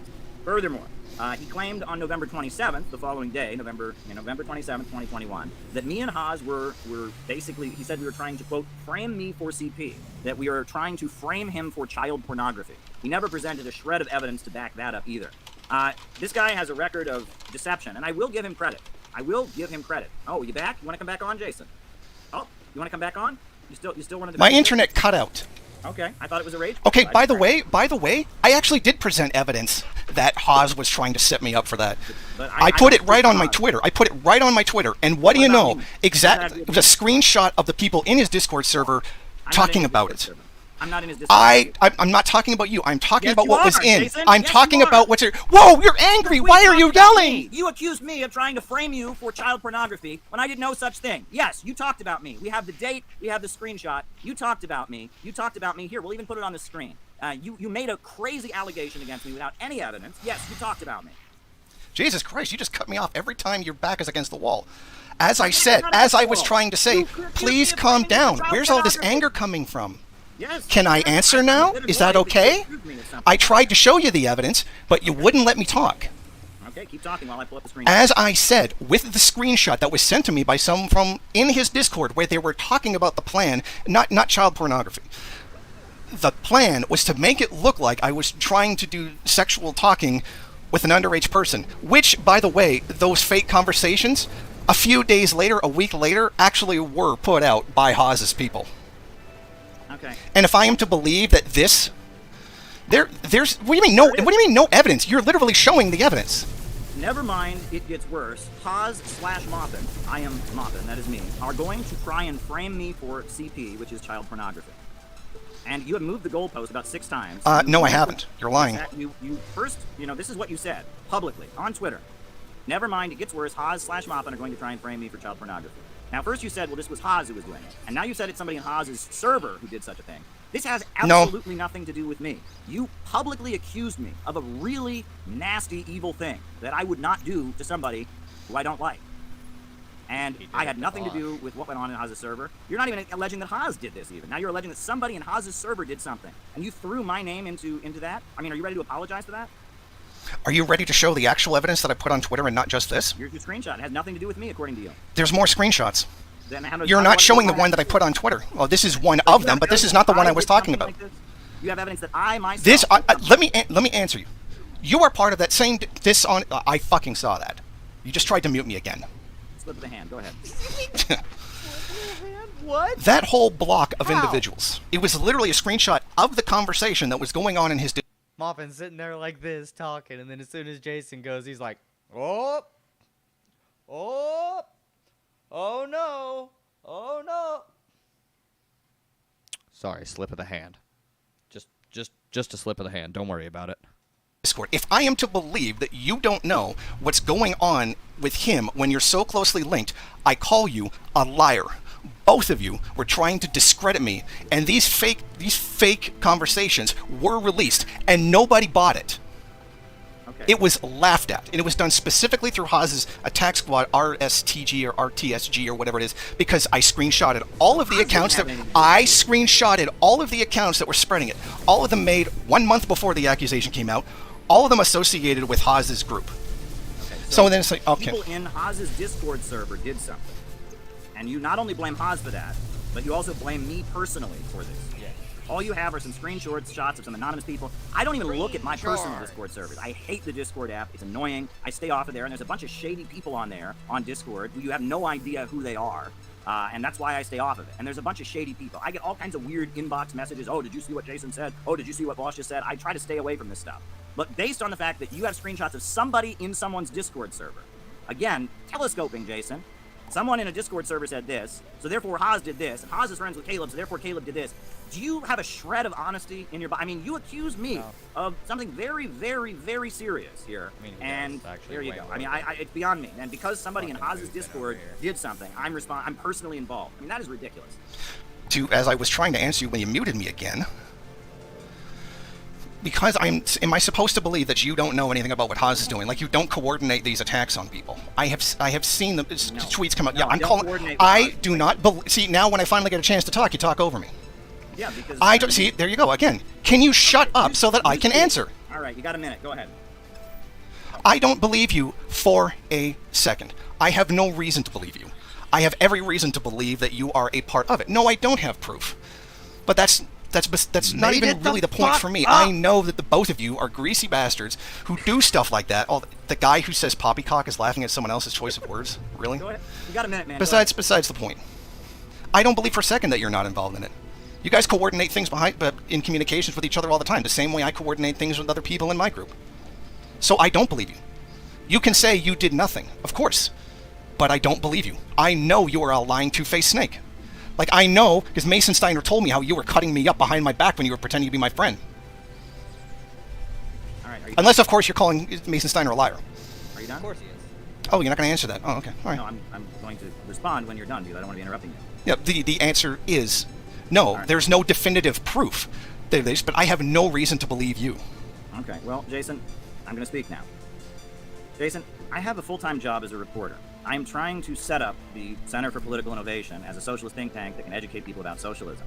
I have a lot on my plate right now, and one thing I do not have the time to do is get on Discord servers and come up with childish conspiracies to frame you for crimes. I do not have the time to do that. And while I like Haas, and Haas has spoken at CPI events before, there are some pretty big differences between us politically. For example, I don't want to go into detail, but I think he says the USA is already socialist, stuff like that. There's points that we just don't agree on, right? The infrared community is separate from the CPI community. Now, there's some overlap, but Jason, I really don't have the time or the interest to sit on Discord and try to frame you up for things that you haven't done. And the fact that you believe that because I talk to Haas sometimes is pretty ridiculous. And you didn't say, I think it's possible. You accused me of committing a very serious crime against you on social media, and you admit you don't have evidence of this. You just know that I associate with Haas, and that I'm a greasy liar or whatever you just said. Actually, my hair is pretty dry. I'm kind of the opposite. I have like dry scalp. I use like moisturizing shampoo. It's not exactly greasy, but I kind of am the opposite of greasy. But aside from that, maybe I eat too much greasy food like onion rings. But aside from that, you claimed that I was committing a very serious crime against you without evidence, simply based on the fact that I talked to Haas and someone in Haas's community allegedly did this. Do you have any ethical concerns about making such statements in the public sphere?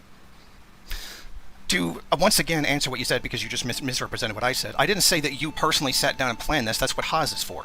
I said you were a part of it. I didn't say you were solely the person responsible for it. So once again, you've misrepresented what I said, and I don't believe that you guys just talk sometimes. You have to be in frequent communication. I don't believe you. I am calling you a liar. I have already explained my position. That's not what greasy bastard means. You should look it up. And yes, I don't believe you. I know that you are a pathological liar. Like accusing me of being pro-imperialist. That is why I took that position. And you were going to respond by muting me. Before you pivot away, I'm going to read you your tweet. It doesn't say, I am suspicious that maybe Caleb might be involved in something. It doesn't say, I'm suspicious. No, it says, Haas/Moppin are going to frame me for child pornography. Jason, I can unequivocally say here before the entire world that I have never had anything to do with trying to frame you or any other person for child pornography. And that I think it's highly irresponsible to make such extreme allegations in a public sphere without at least checking on them. You could have tweeted out, I'm suspicious that this is going to happen. You could have tweeted out, there are rumors going around that this is happening. You said that this is a whole undisputed fact. And that's irresponsible. Now, I know you don't like being called Maoist rebel, but my understanding is that the N in MRN stands for news. And throughout this debate, one common theme that we are seeing is you putting out false statements, like, trying to say that things like the Shambara Rebellion didn't happen, trying to say that I'm a fascist because I talked to somebody who's not a fascist, who therefore I don't agree with, and somehow I'm a fascist. You continue to say things that are not factually accurate because you have a feeling. Because you don't like Christianity, it makes it okay to deny history. Because you don't like the Canadian truckers movement, me in the United States saying that they're right about vaccine mandates makes me a fascist. You continue to say things that are not true. These huge leaps that you make. And if journalism and news is what MRN is really about, that really blows your credibility. I mean, are you telling me on here that MRN reports things that are not factual? Is that what you're telling me? Oh, so you just took the time to rehash everything I said and misrepresent it again. I never said these historical things never happened. I claimed it in the context that you were trying to claim that it was somehow related to socialism was wrong. We already went over that. So you're lying about what I said again. I never said, because it was a fascist movement and you were supporting a fascist movement. You are a liar. I do not believe you. I have no reason to believe you because you have pathologically lied to me. That's exactly what you do. Right when you muted me, I was about to say, you're about to mute me, as I was trying to answer. Yep. All right. All you've done is literally repeat back what I've said, misrepresenting it, making positions I never claimed, with points that I never made, and then say, oh, you see, he's wrong. Okay. Well, let's pivot to, I think, the final topic that I want to speak with you about, and then we can conclude. He said that a few times. I don't think he knows what the You fuck made a it video. means. Pull up the date because I want to be accurate here, unlike some people. That you made a video, May 30th, 2022, and you said China never tried a peaceful transition because it wouldn't make sense. In a Those are your socialist words. terms, no. Okay. Well, I'm about to pull something up on the screen here for you, and I want you to tell me that this didn't happen. Basically, are you ready? Hold on. Is it some small obscure thing that nobody even knows about because history's forgotten it because of how irrelevant it was? I'm Well, guessing it was. I don't think so, but maybe that's your opinion. Chiang Kai-shek And? asked Mao Zedong to parley in Chongqing. So? After World War II, the Chinese Communist Party asked to form a coalition government, with Chiang Kai-shek. Did this not So happen? he made an offer that he knows that he wouldn't take. But that doesn't matter. No, That's not going to be- your point is completely invalid. No. It is, because this No. is something that would never be accepted by a Marxist. Wait a second. No, So this doesn't make any sense. How does it not make sense? Your claim doesn't make any sense. You said that Mao China would not. never tried That wouldn't be changing anything. That wouldn't be revolution. You said China never tried a peaceful transition to socialism, and I have presented you They didn't. from the Daily Worker, a communist newspaper, reporting that they did. But that's not. Okay, so we're gonna look into this right here. Well, not look into it. We're gonna cover this. So Mao said that he didn't want civil war, and that he offered to form a coalition government, which literally, Unruh says no Marxist would accept. This is true. Even Mao knew that this was unacceptable terms for both parties. It was optics. It was literally there to keep up appearances. To say, we're okay. We're good people. We don't want to fight. But the current government won't give our minority group politically, our political minority, like literally in terms of voting and power and population, all of the power, all of it. They won't just hand it the fuck over. So I'm so sorry. We have to do this. So sorry.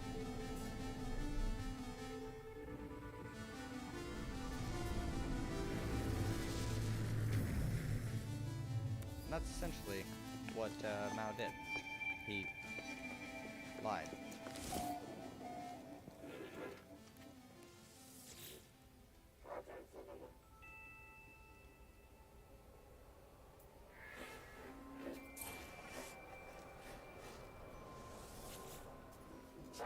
To increase my standing with the Corvax a lot.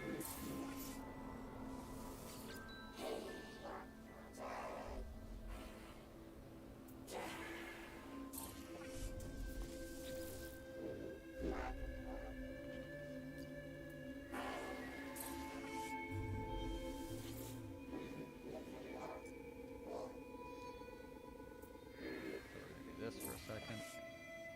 But yeah, no. Mao, Lenin did the same thing, and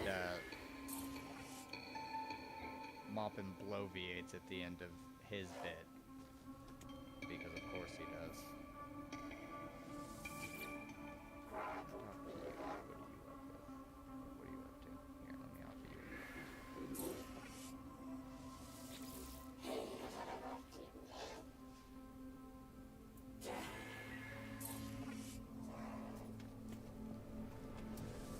I don't know what my standing is with them.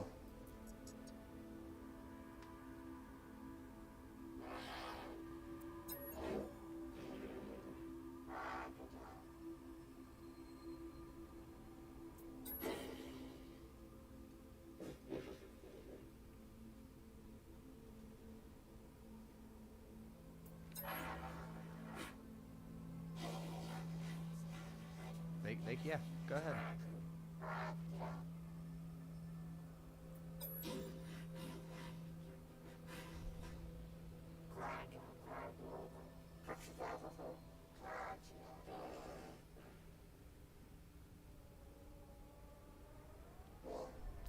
Don't piss off the quarterbacks. I do not want to piss off the quarterbacks.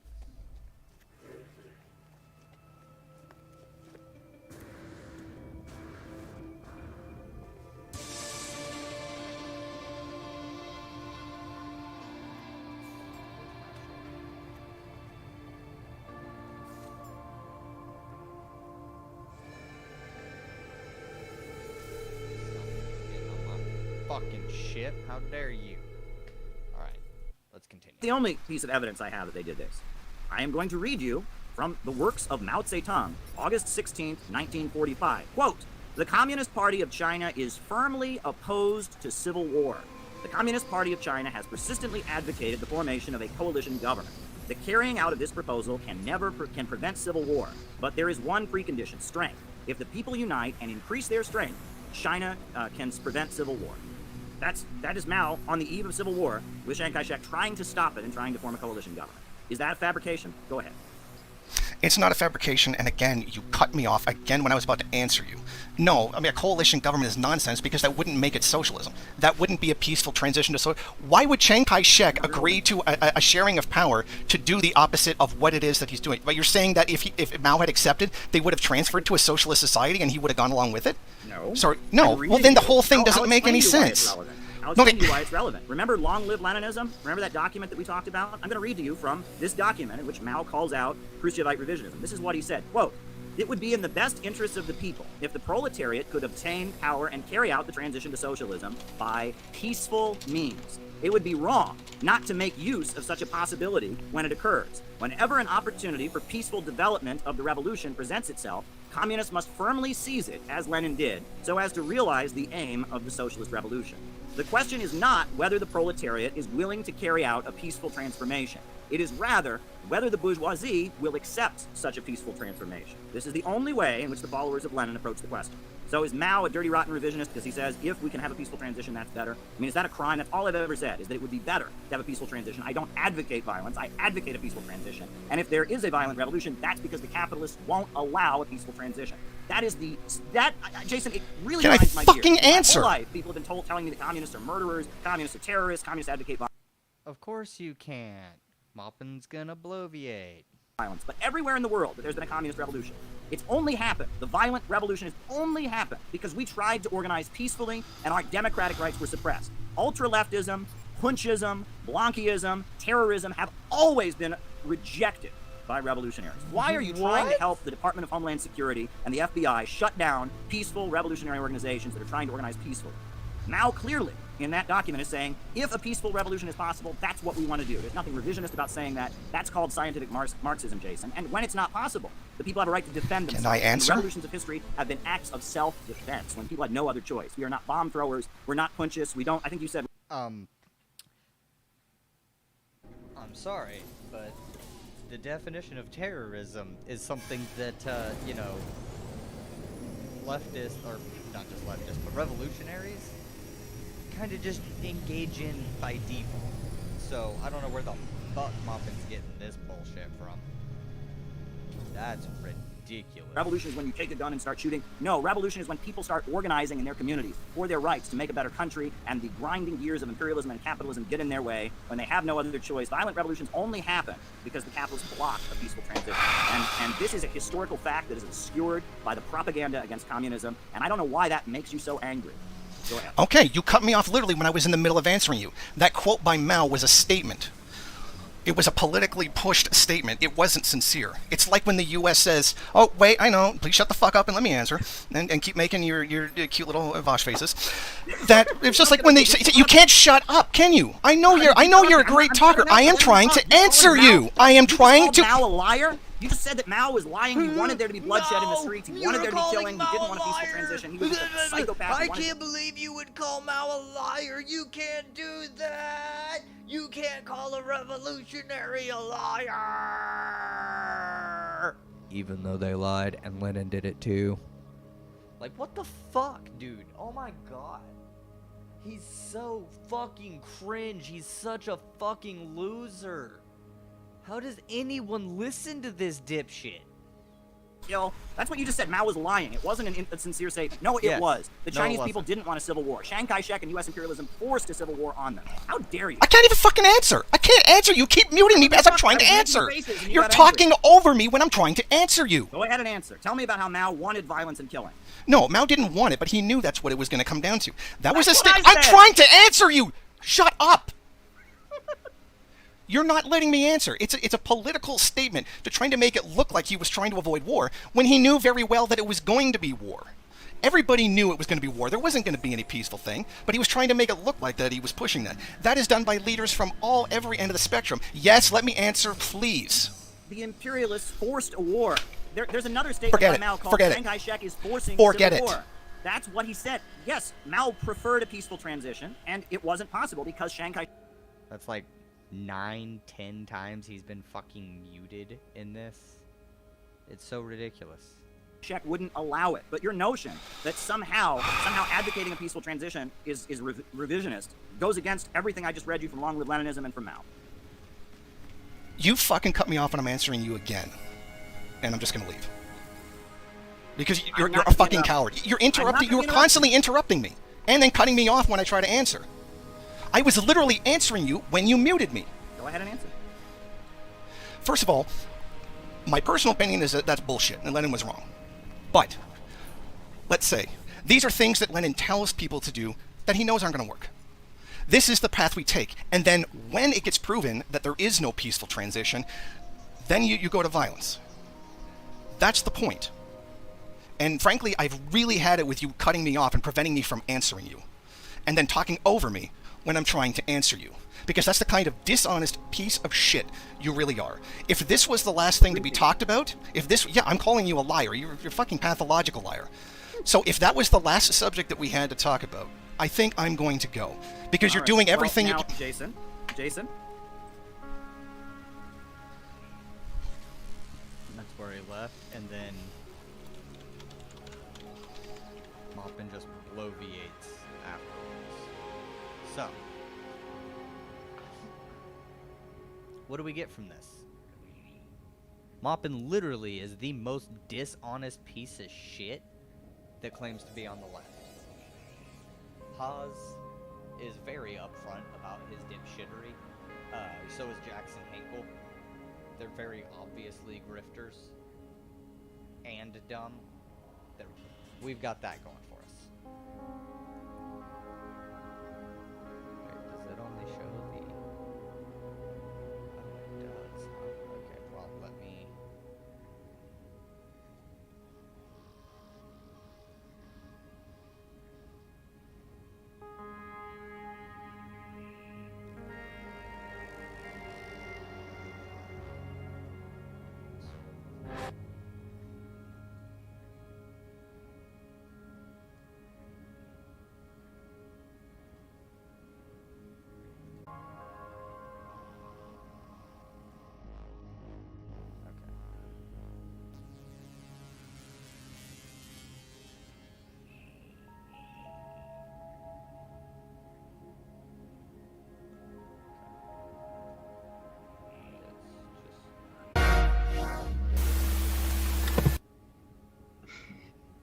This is the Voss Moppin debate, and it's honestly it's fucking gold. But we're not gonna get into this one until after I take a short break, because yeah, I have got to piss. Let me check this gun real quick. C-class, don't care. Alright.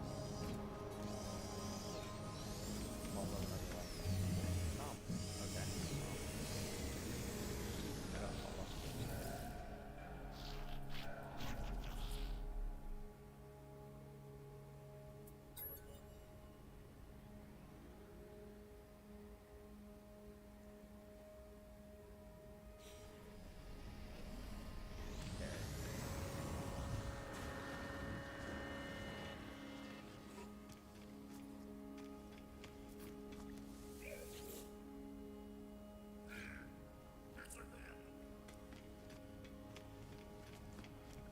Some of them you can't ask about, poor girls.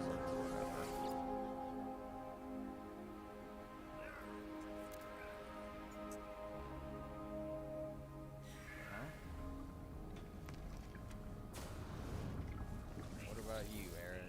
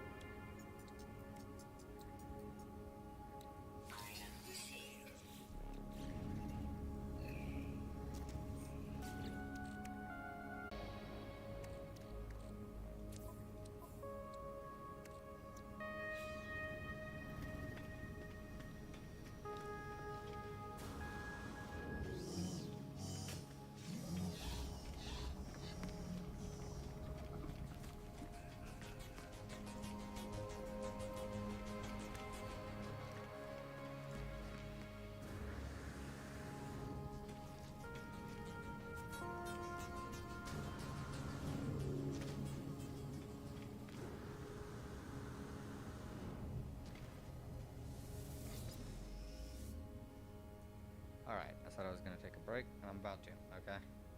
I have got to pee. So, let's pull that up, and we will...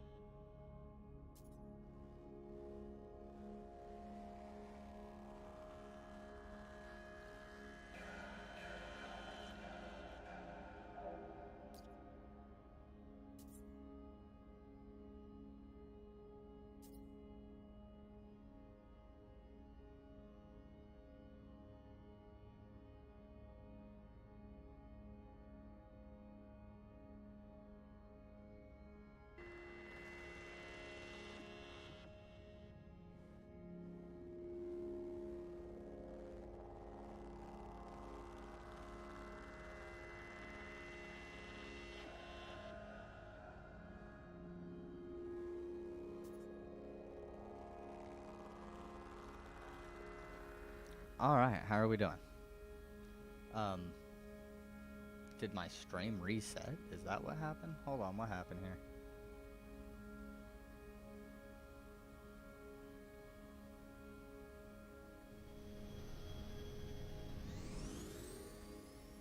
It's acting like my shit just reset.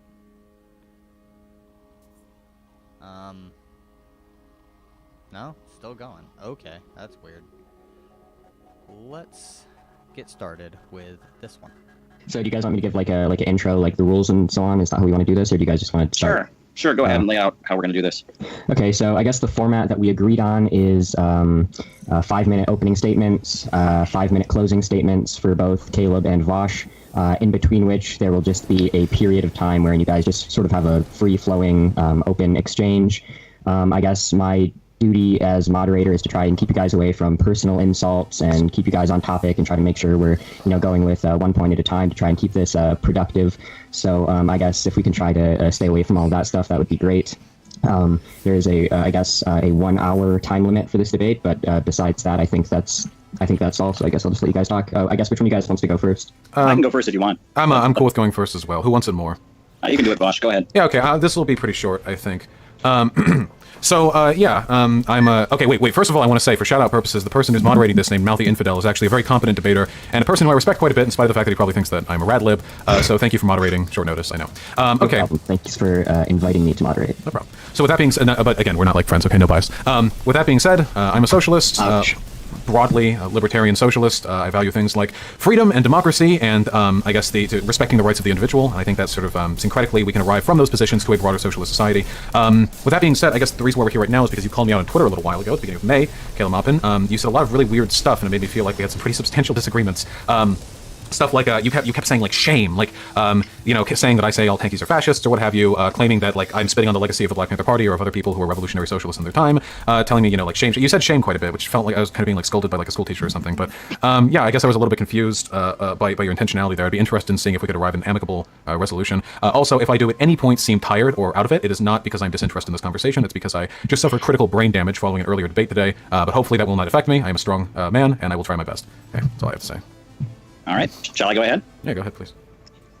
Bosch, we may not agree on a lot, but one thing I think we can agree on is that Fox News is no good. And you'll notice that whenever they have a Muslim on Fox News, one of the tactics they will use is they'll say to the Muslim guest, they'll say, do you denounce Hamas? And of course, the Muslim guest will say, I denounce terrorism, I'll oppose that. That's not enough. You must denounce Hamas. When they have an anti-racist activist or an activist against police brutality on Fox News, they'll say, do you denounce Black Lives Matter? Do you denounce the radicals and the Black Panthers? And they'll respond, of course we denounce violence. Of course we denounce lawbreaking. No, that's not good enough. Somebody in the Black movement said something radical. We want you to denounce them.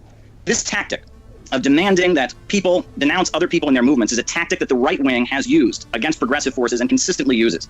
And the way it manifests it among socialists and against those who advocate building a socialist society is the demand, sure, you can believe in socialism, but you must denounce as loud as possible every country around the world trying to build socialism. You must repeat State Department propaganda against them. And if you don't do that, you are somehow the equivalent of a Holocaust denier or a Nazi. And that is very, very dangerous. It's a big problem in our movement.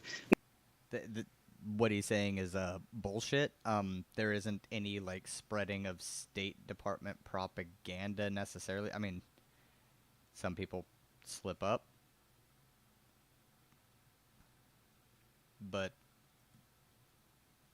whatever. Overall, no. Maupin is again talking out of his ass because that's the thing he's best at.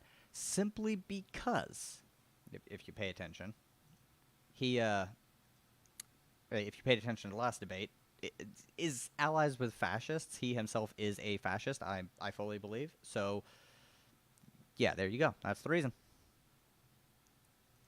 I can actually close that. Now, Vosh, I know that you and I have very, very different definitions of socialism. I'm not going to change your mind, but I'm going to tell you the definition of socialism that I understand. It comes from Frederick Engels, from his book, which is one of the most important books in the history of Marxism, Socialism, Utopian and Scientific, where he says that socialism is when, quote, the proletariat seizes public power and by means of this transforms the socialized means of production, shipping them from the hands of the bourgeoisie into public property. Socialized production upon a predetermined plan becomes henceforth possible, and anarchy in social production vanishes. And I think that there are societies around.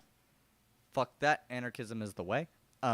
Also, planned economies are extraordinarily stupid. This is a thing that Marx failed on. Utterly. Planned economies just suck.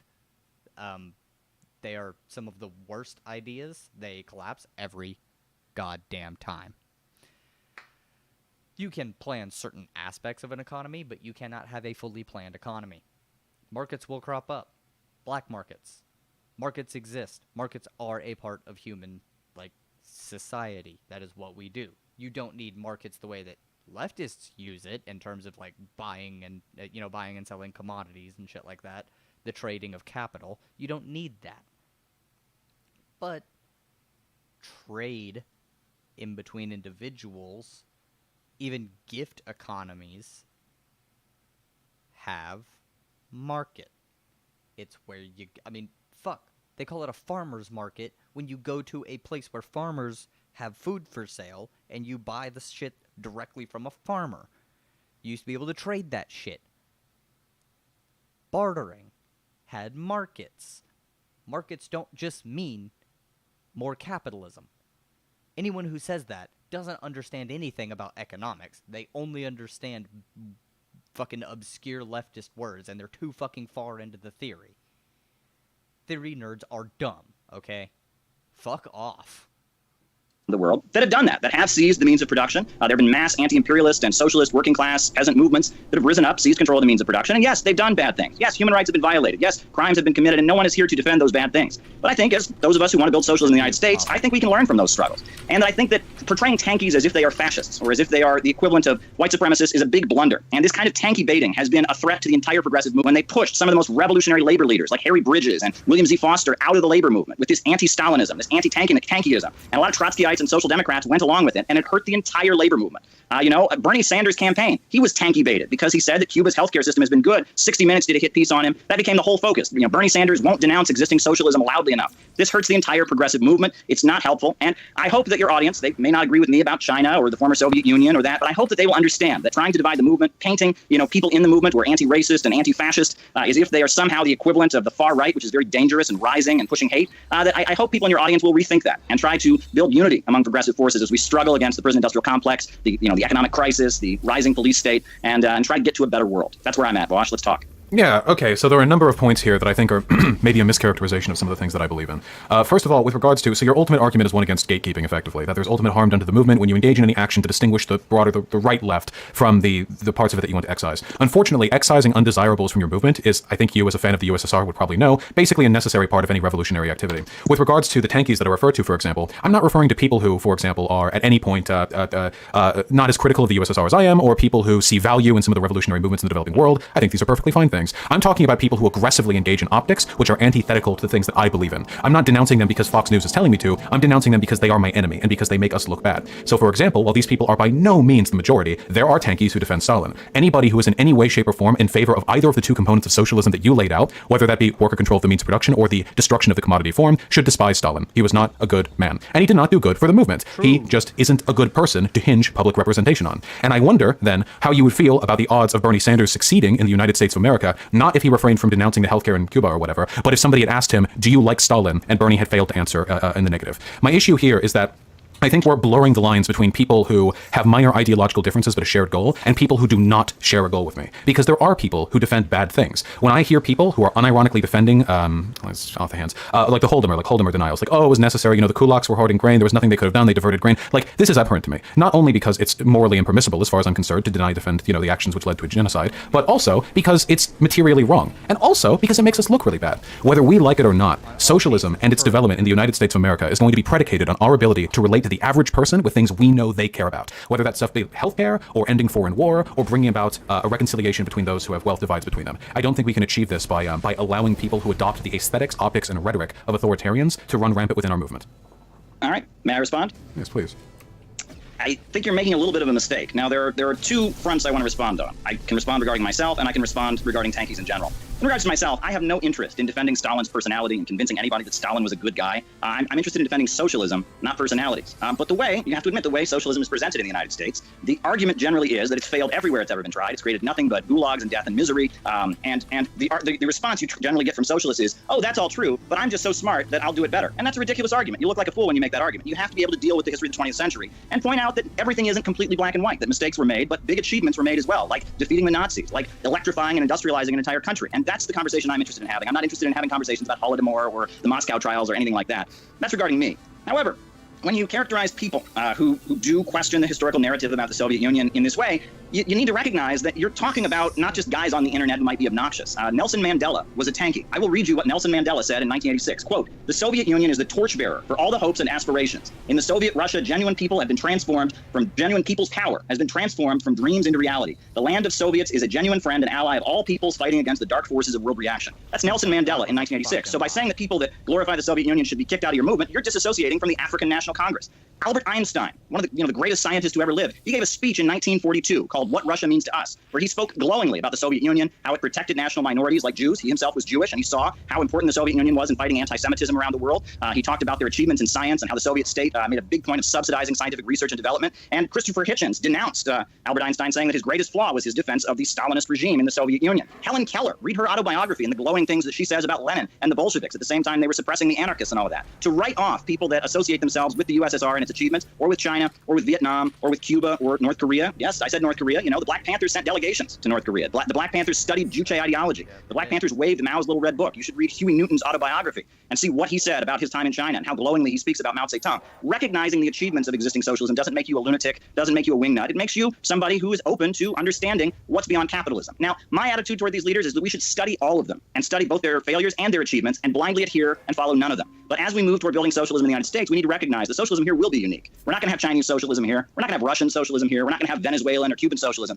When we have socialism in the United States, it will be a continuation of the progressive tradition. It will be the ideals of Frederick Douglass and John Brown and the suffragists and the labor movement. It will be that radical, anti-imperialist, anti-racist tradition of struggle in U.S. history taking power. But if you look at that history of struggle, some of the greatest voices We've got a lot to go over so far. Yeah, I was going to say, I think that there's two main strands here to deal with. There's the point of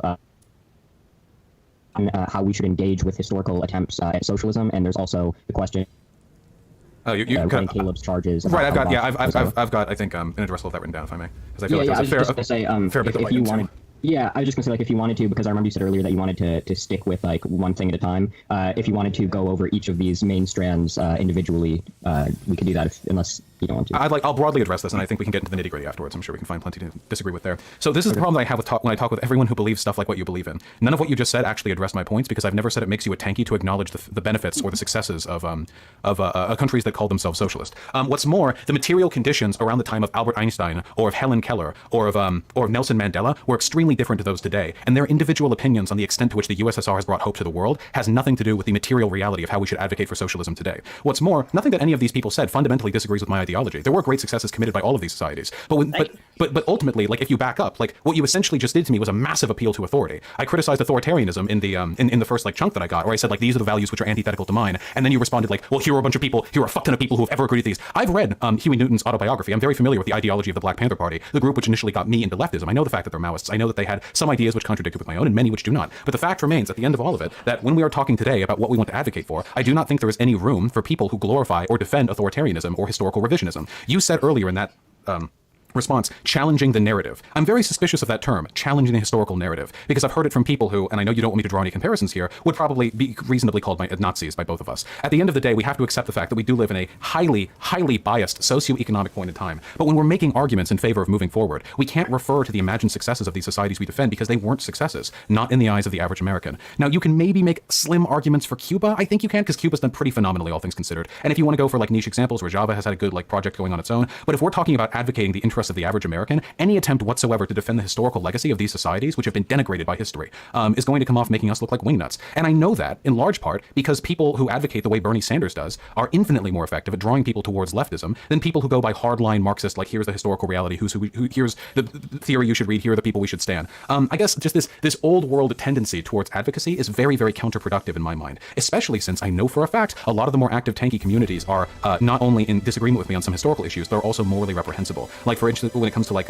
stuff like radical gender ideology, many of them are transphobes, at least in my experience engaging with some of these communities. Many of them are class reductionists, which I think is very funny for people who would like stand the ideology of the Black Panther Party. These are things like, and I feel like I can't call them out, because if I do, I just get called like a radlib, you know? Okay, so I'll respond to that.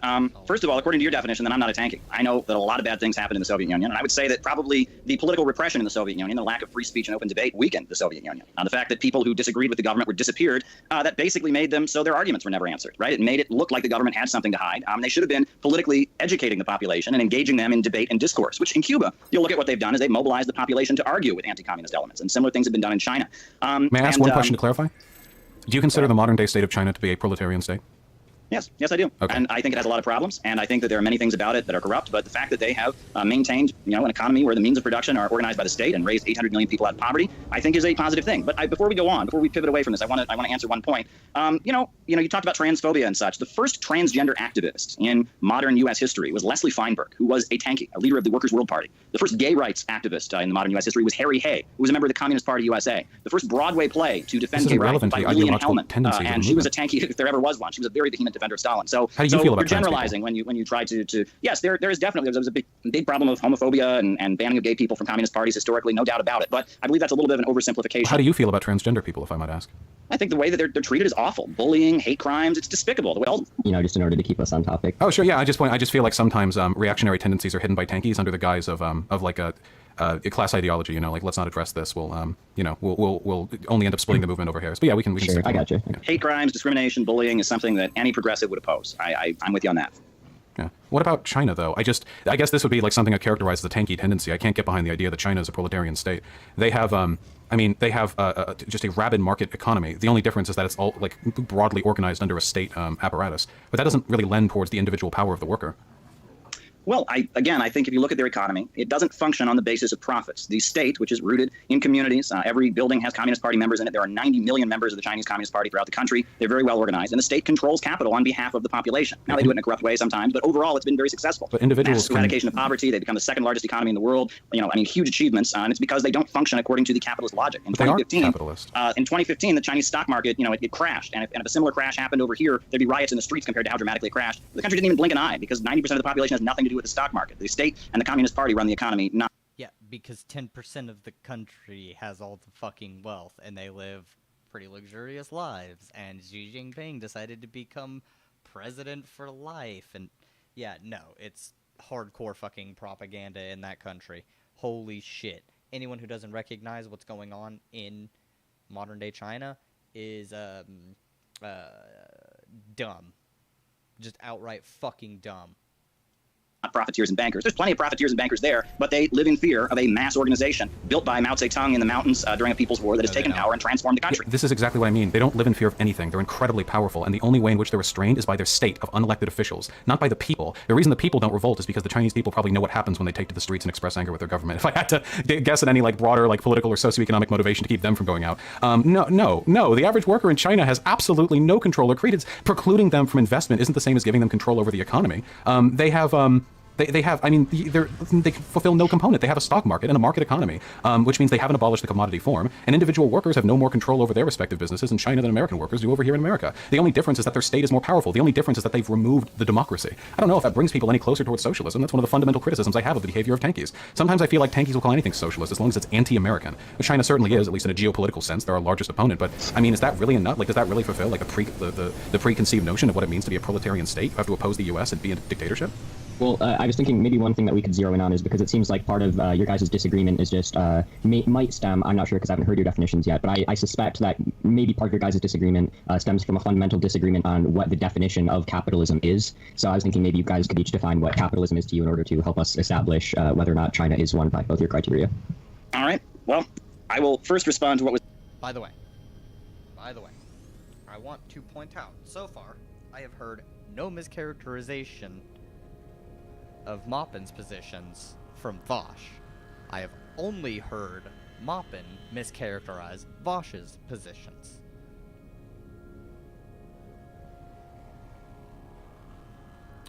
So Unruh, in the last debate, saying you're doing exactly what Vosh did to you, is wrong. Maupin was doing exactly what he did to Vosh while talking to Unruh. He just had to bring up Vosh to make Maupin mad. But he could have been he could have been honest about it.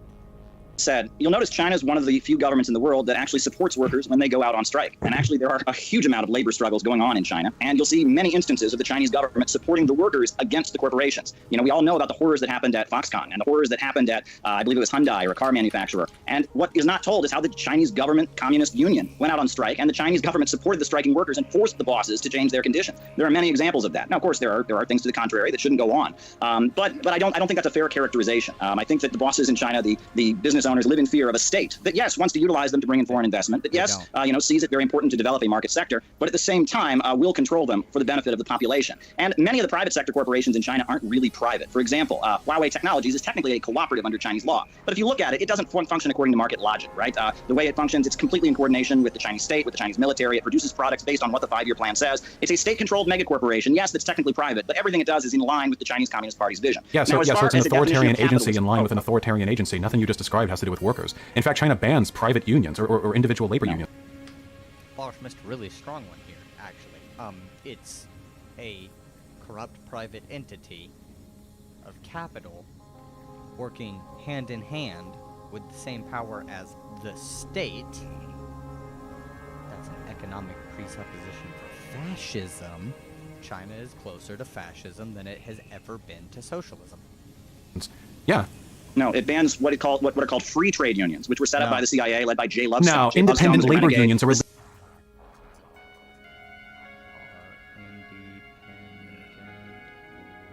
just gonna check this.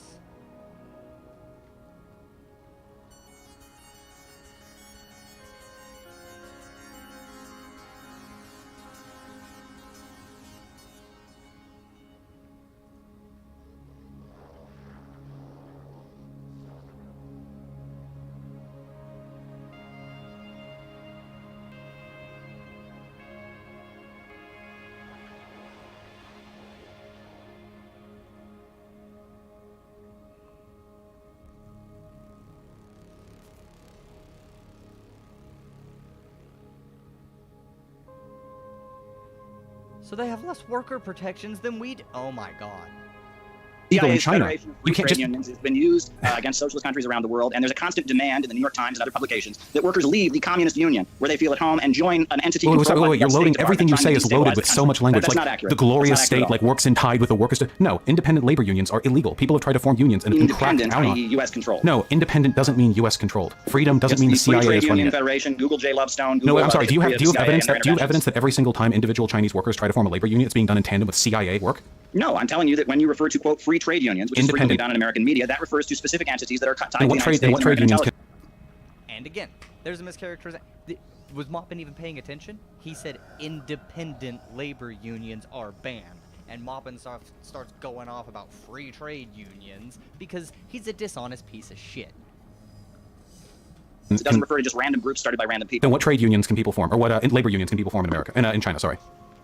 Every Chinese worker is part of the government union. Yes, the one government union. Sometimes that union doesn't function the way it should. Other times it does. But when you refer to free trade unions, you're not talking about any union. I'm talking about individual workers. Specific groupings supported by the United States, you've already said. NGOs that operate in China. That's not I'm fair. saying it is not legal for workers in China, independent workers who have nothing to do with the CIA, to independently form labor unions of their own volition. They have to join the All Chinese Federation of Trade Unions, which falls under state control, another apparatus of worker rights that ends up being deferent to an authoritarian government. Likewise, your argument that China protects workers' rights is laughable. Foxconn workers are paid more in Taiwan than in China. China has historically been perfectly comfortable that their workers slave away at incredibly low wages because they benefit from foreign investment. That is many things, but proletarian state, it is not. That is capitalism. China is just state capitalism. It is the entire apparatus of a market economy run by private actors, except some of them are also controlled by an authoritarian unelected government. There is nothing socialistic about China, not in any way, shape, or form. Even the individual act of forming unions is banned by the government, and union organizers face a wide variety of unions. No, they have one union. But I'm going to let you finish. I don't want to interrupt. We don't want to interrupt they have one union, not independent unions. It doesn't really count if it's a state union. Do you know what the term controlled opposition is? Oh, I think you know, but I'll describe it for you. So controlled opposition is when you have a state with over 1 billion workers who have less worker rights than their neighboring countries, and if they want to get more rights, they have to subscribe to a union that is controlled by the state, which has a material interest in keeping them from developing workers' rights. That is what a controlled opposition is. Hey, don't like the working conditions in China? Why don't you join the glorious Chinese Communist Party's single labor union, where you can absolutely, definitely improve the material conditions of your class. Are you finished? Yeah, I am finished, actually. Okay. Well, I don't agree with you about how you characterize state capitalism. I think state capitalism is Saudi Arabia. You're not Saudi a socialist. I'm sorry, may I finish my point? Sorry, my apologies. Saudi Arabia, the government pretty much owns everything. But all it does is make sure that profits flow into the hands of the royal family. It's a market economy, except the state is heavily involved. You can say that about Singapore, for example. South Korea, there's a huge amount of government involvement. Taiwan. And it's interesting because libertarians will often point to these countries as free market paradises. Well, no, the state is heavily involved. It's just a capitalist state trying to benefit a small clique within the ruling class, kind of Bonapartism, according to Marx. But the way you describe things in China, I see the Chinese Communist Party as an organization that has rapidly improved the lives of millions of workers, and it's done so by controlling the economy. You can point to many bad things. I don't deny those bad things. Corruption's a big problem in the country. Many of the folks who were in the countryside and didn't have running water and electricity have moved into the cities and have been very badly treated by employers, especially in the regions that are a little more free market. No one would deny that China has a lot of room to improve on these things, but I don't think that by definition makes it capitalist, right? China executes billionaires. China very, very, very closely controls the Tao culture, where corporations that have been caught polluting, they're forced to get on national television and apologize to the country in exchange for a shorter prison sentence. The capitalists of China live in terror. Do you know what the term is for the private market being rolled into state authority? China, the government controls the corporations. In the United States, the corporations control the government. Very different situation. Do you know what the technical term is for an economy where the private sector is rolled into the authority of the state? It's fascism. We're talking about fascism. Yes, the only thing you've been able to praise about the Chinese government is that they elevated. You didn't equate communists with fascists, so now you do. Wait, of course, because you're not a communist, and China is not a communist country. So this is just me calling a fascist defender a fascist. Yeah, you're literally just defending China. Whoa, you're literally just defending. Try not to talk over each other. You're just defending China on the. You're just defending China on the premise of its authoritarianism. That's it. You're arguing like, well, it elevated the country and made them wealthier. You can make that argument for Adolf Hitler. The blood spoils of the war elevated the material wealth of his country too. That is irrelevant when we're talking about the extent to which China is actually a socialist country. Every time you defend it, all you're doing is defending the extent to which the state has the ability to interfere in the market. That's not socialism. That's never been socialism. The workers aren't elevated in China. America has more worker rights than China is. I say with full and 100% confidence that the United States of America is more of a proletarian state than China is. And that's really saying something because I am not a big fan of America. This is my issue with like the tanky aligned people. I don't think you give a fuck about socialism. I don't think you give a fuck about the workers. What I do think is that you hate America, which works in line with you working for RT and having been on Iranian state TV before. I think you're more interested in propping up state actors that oppose American geopolitical interests than you are in actually making life better for anybody. And if that's actually your interest, if you just want to go full fucking anti-America, that's totally okay, my dude. I'm not a huge fan of America either. But don't dress it up as you being a fucking socialist. Don't denigrate my social movement with your nonsense fucking fascist defending American anti-exceptionalist dogma. Why not just be honest with you? Just go on Iranian TV and talk about how American like devils are going to rid the entire world of like the well-being of their children or something. All right. Well, for the purposes of this conversation, I would like to try and stay away from discussing. That's right. I only need to do it once, no problem. His possible motivations or whatever. But yeah, go on. Okay, well, I'll respond to three of those points. First of all, the work that I do as an RT reporter and that my coworkers do is something I'm very proud of, and I find it despicable that you would repeat State Department talking points against us at a time where freedom of speech is under attack, freedom of the press is under attack. This is something I'm very, very disappointed in. I'm not here as a representative of RT. There are many different viewpoints represented on RT. I'm not going to dignify that with a further response. I'm very, very disappointed to see you promoting McCarthyism. Secondly, so am I a tanky or not? First, I wasn't a tanky because I didn't quibble about Holodomor. Now I'm back to being a tanky because I like China. But again, when I start talking about he never said that Maupin wasn't a tanky, though. That's kind of a thing. And I can't believe engaging in McCarthyism. Like, how? By calling you a fascist? And saying that China's not socialist and it should be? Weird.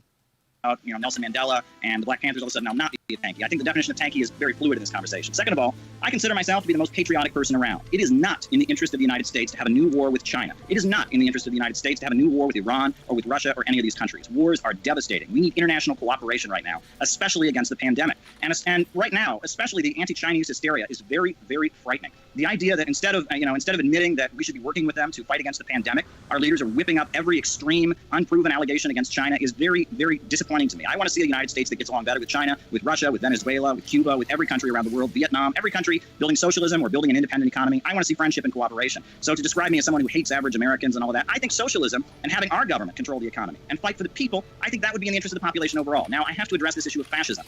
You say fascism is simply authoritarianism. Well, many authoritarian societies have existed throughout history. Fascism, if you understand the Marxist tradition, is a form of Bonapartism. It is when capitalism is in a state of crisis, one section of the ruling class utilizing the state to rain mass death and destruction to beat down sections of the population in the hopes of stabilizing the economy. When Hitler took power, he basically represented the German industrialists. He set up concentration camps. He broke the labor movement, and he did not control the means of production. I mean, it was largely a private economy, and it was mass killing of workers. It was a mass regime of political repression. The same thing was done in Italy with Mussolini. The same thing was done in Spain with Franco. Fascism is a form of right-wing Bonapartism rooted in anti-communism, rooted in the idea that we got to kill the commies. Anything's better than the commies. It's right-wing, and it's propped up by the United States. I mean, IBM, the computer corporation, ran the punch card machine for the Holocaust, right? I mean, Henry Ford board was very, very closely tied in with the Nazi regime. Not And American capitalists thought relevant. Hitler was great because he was killing communists. Hitler was the ultimate anti-tanky. He preached this hysterical anti-communism. The Reds are coming, anything against Russia. He killed 26 million Russians in his invasion. This is not relevant. So to try and paint people who want peace and cooperation with China or Russia as if we are the equivalent of Nazis is just, that's historical revisionism All right. I've ever heard. So that's a nice misdirection. First of all, I never said fascism was authoritarianism. I said that economically it was rolling the power of the private sector into the state, which is the definition, and that is what China does pretty effectively. I noticed, by the way, that you described socialism as the government fighting for the people. Interesting, because National Socialists described it the exact same way. The government doesn't have shit to do with socialism. It's about the workers, my dude. I don't know why you have so little faith in the average proletarian, but your constant deference back to an authoritarian state to lead the vanguard is very strange to me. I don't know what... Yeah, there's no need for a state under, so, like, what the fuck? See, what point I indicated I wanted war with China. That was a really weird departure from our conversation. I obviously do not. But you claimed, it's really funny to me that you claimed that it would that it was disgusting that I would attack your defense of China during a time where our free speech was being threatened by fascists, when the free speech of billions of people in China is being threatened every single day by their government and their social credit system. The Uyghur Muslims are being genocided as we speak. And for you to make the argument while defending that country that I'm the one impugning freedom of speech by criticizing you for your authoritarian tendencies is fucking disgusting. I also like how you deferred to an accusation of me engaging in McCarthyism for criticizing China when all of my criticisms were that they weren't elevating the workers. It's an interesting criticism for a McCarthyite to make, considering my accusation is that it isn't socialist and that I would like it to be socialist. I don't recall McCarthy sitting up there on the bench in court and saying, you know, I have the names of 100 communists who work in Hollywood and proof they aren't communist enough. I don't remember that part, but again, history is not my strong suit. Yeah, I guess like at the end of the day, like nothing you responded with has anything to do with the material conditions of the workers in China, which tells me where your headspace is at. Why not just be anti-American? Like that's so much easier. I'm anti-American. I mean, there are people here I care about, you know, like I'm stuck. What are you going to do? Probably better that America be socialist than not, so I got to work within this, you know, purview. But I don't know, dude, just like nothing you're saying is socialist. Like, here's a question, because we're ribbing back and forth. Like, I have a question for you, okay? Like, do you not think that the fact that basically everything is under the heel of the state in China might be precluding the ability of the workers to actually engage in socialism, especially considering there are independent leftist organizations in China that have been suppressed by the government because it doesn't coincide with their top-down authoritarian approach? May I respond? Yeah, absolutely. Okay. Well, I think you sound very McCarthyist now when you bait me and say that I'm simply anti-American, that I simply hate America, that I'm motivated by a hatred of the country that I grew up in, of the country that I love and don't want to see dragged into a new war. When you try to appeal to jingoistic sentiment, he's working for the enemy, he's working for the Stalinists, that's McCarthyism. People know that. The government has nothing to do with socialism. Well, that's nice, but around the world historically, when workers have risen up, the main thing that they've tried to do is take control of state power. You may not agree with that, and I respect your right to disagree with that, but if you read Lenin's book, The State and Revolution, if you read Marx's writings where he talks, I mean, I just read you Engels, the proletariat seizes the public power. I mean, that's generally what the understanding of socialism is. Your definition of fascism seems pretty fluid. I mean, you say it's when the government is controlling corporations, then it becomes what's authoritarianism, then, well, no, I mischaracterized it. Your definition of fascism seems quite all over the place. I specifically said it was rolling corporate power into Uyghurs the and state. social credit, but I'm not China's lawyer. I'm not here to say China did nothing wrong, but I can respond to that if you'd like. Oh, I mean, sure. I think it's, again, like I gave a very specific definition of fascism twice now. So, yeah, I don't know about that. Also, the workers haven't seized control of the state apparatus of China. A very small group of autocrats have, of billionaires and state and party officials. Do you think, like, the workers are in charge of the Chinese Communist Party? Like, do they vote? So, I mean, as far as the Uyghur stuff, is China doing wrong things in those regions? Possibly. But you'll have to remember that so many of the things that have been going around on social media about that have been debunked. I mean, there was a video going around purporting to show police beating up a man for owning the Quran. It turns out it was from Indonesia. CNN. Do we really want to go down this road? I'm sorry, may I not be interrupted, please? Okay, you do. Mel All right. Turson of CNN was being interviewed, and she said that her child died in a hospital. Well, it turns out her child is alive, and the hospital records completely contradict everything she said, but that was broadcast on CNN. Hashtag still no info, which was this popular hashtag listing people who'd been disappeared. Investigations showed that a number of those people couldn't be identified. However, there were a number of those people on that list who had never even been detained and were in their homes, right? Now, I'm not saying China never did anything wrong, but at a time when our government is trying to whip up suspicion and build a case for war, I take what they say with a grain of salt. I know that the war makers lie. I know about the Naria testimony, where they had the daughter of the Kuwaiti monarchy or this Kuwaiti royal family member crying in front of Congress saying, oh, they're taking babies out of incubators to build a case against for war against Iraq. It turned out to be a total lie. When our government and our media is trying to demonize countries, they often say things that are not true. And that's just the reality. So I'm suspicious of some of that. Now, the social credit system, there's been a lot written about how the way mainstream media in the USA portrays it is not completely accurate. The Washington Post has run articles. There have been many sources, even within the mainstream press, that say that narrative that you get is not completely right. One of the main reasons the social credit system was set up is because there are people in China who've been convicted of crimes and have been levied fines by courts, and the government has no way of collecting that money. So it bans them from traveling. And it says you can't book a flight until you get on a plane. Well, in the United States, if you get fined by a court and you're convicted of a crime, you're fined by a court, and you don't pay it, you can go to jail. The idea that people are barred from getting on planes simply because they tweeted something critical of the state, I think, based on what I've read, is not completely accurate. That's not to say they haven't done anything wrong, okay? Again, I'm an American. I love my country, contrary to your McCarthyist accusations. I love my country. I want things to get better here, and I don't want to impose the Chinese system here. I simply want international cooperation and friendship, not McCarthyism, not war hysteria, not polarization. So I noticed that you completely ignored the is the Chinese Communist Party democratically controlled by the workers question. That's okay. We both know the answer. I love that your denial of the Uyghur Holocaust right now because No, it's didn't deny anything. I'm sorry. I I'm sorry. Denial. Oh yeah. You're no. trying Oh, I know to flaws in the answer, right? narrative. I know what you're doing. I Flaws in didn't the deny Oh, I've heard that before too. Hey, did you know that when the Soviet Union originally arrived at the Auschwitz-Birkenau camp, the plaque that they right, so you don't equate whoa, communists slow with down there, Nazis, Malpin. okay, all Did you right, wait? okay, Hey, continue, right? Yeah. Did you know that the plaque that they originally posted suggested that 6 million died there, when in reality the updated number later said 1.47 million? Did you know that there was an order for a metal door that went to a camp that didn't actually have any door frames that could fit it? Seems almost like it might have been bought by another group trying to incriminate that. Oh, wait. I'm not saying that the Nazis didn't do anything, mind you. I'm just saying that there is undeniably a lot of war propaganda following, the World War II that we should probably examine critically before we, fully address any of the accusations here. Dude, you literally are doing this just because there are a couple. Just because you're questioning the official narrative. I mean, and you started this by saying you don't equate people like me with Nazis. Wait. No. I don't equate all. Everyone sees how Wait. I don't equate all tankies to Nazis. The Holocaust is one of the most well-documented Can you let me finish? And at the time that it happened, mainstream media in the United States was downplaying it. It was mainstream media that was downplaying it, and it was leftists like myself that raised the alarm about fascism. So it was communists and socialists all right, Malpin, hey. People. While people like you, people that hate communists, people that hate the Soviet Union, they were the ones downplaying the crime. Dude, you don't give a fuck about communism. Completely being facetious. Okay, but that's okay. We can back up a little bit here. Okay, so I know you're not denying the Uyghur Muslim genocide.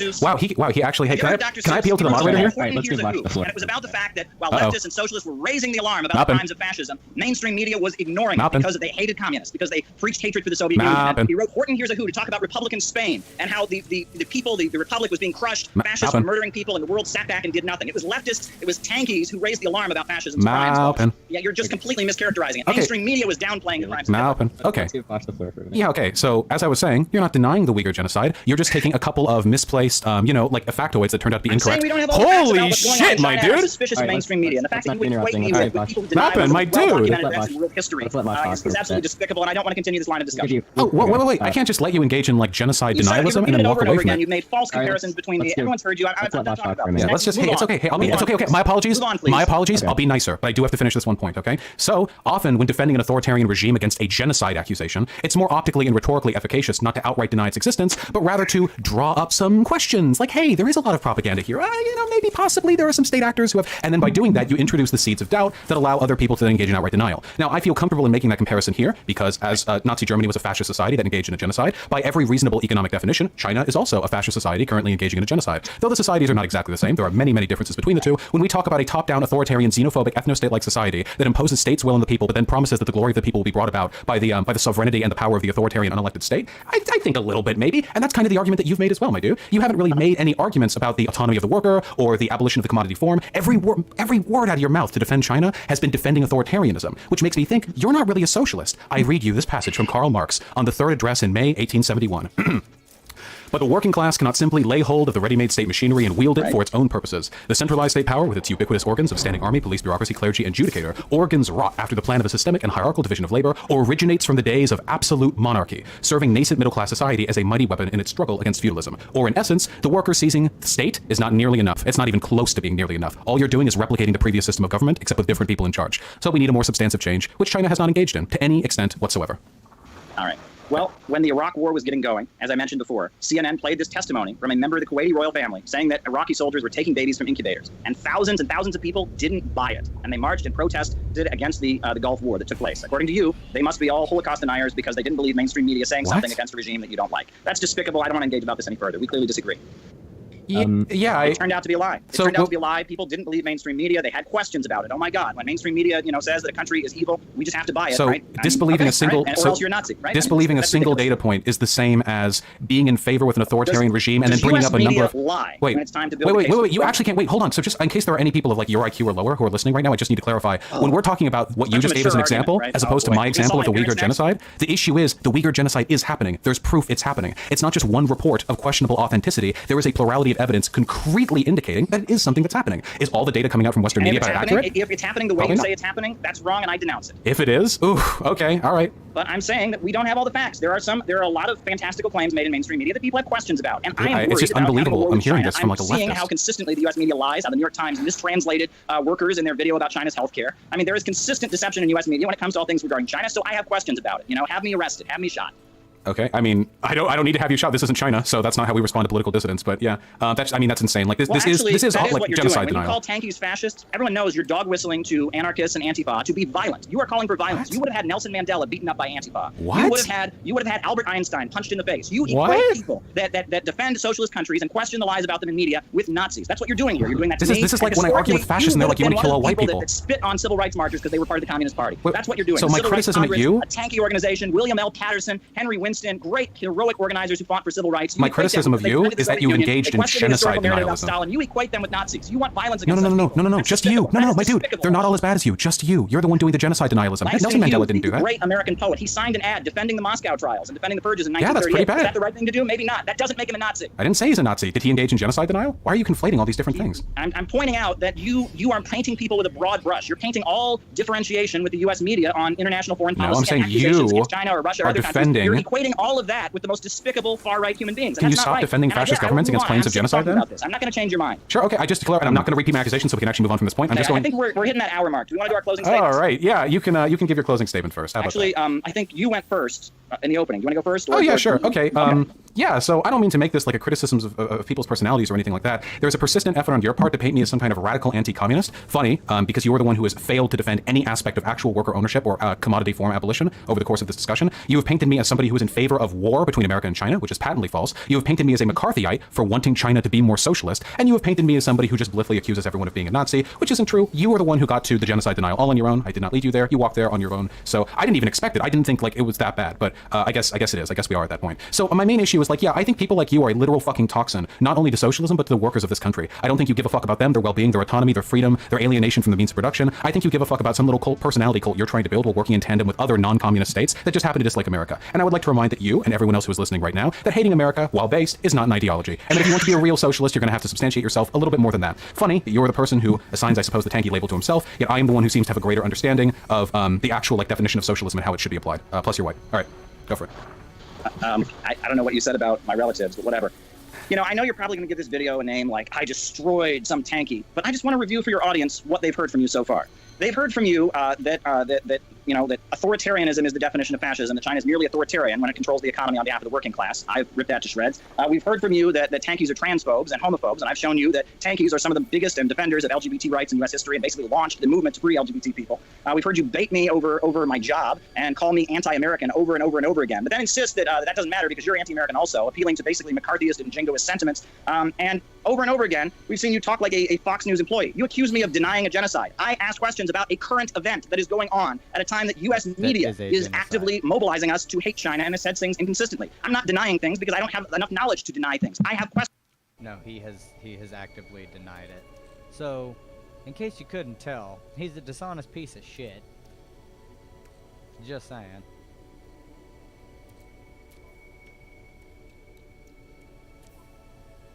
What's the thing I'm trying to build? Yeah, it's on the multi-tool. Solar mirrors. And quantum computers. I don't know why. There we go.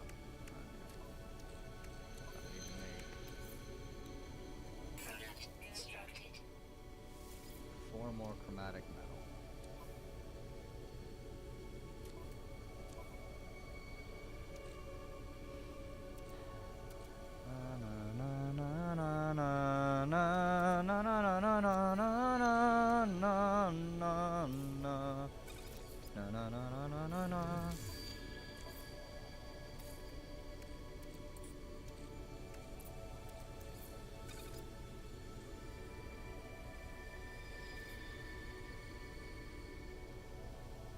Let's make like 50.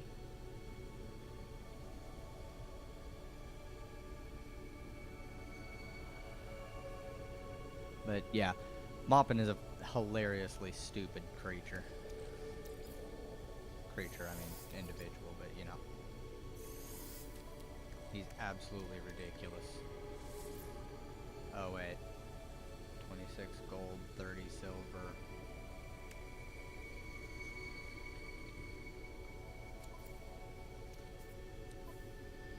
That's all on here, huh? Yep.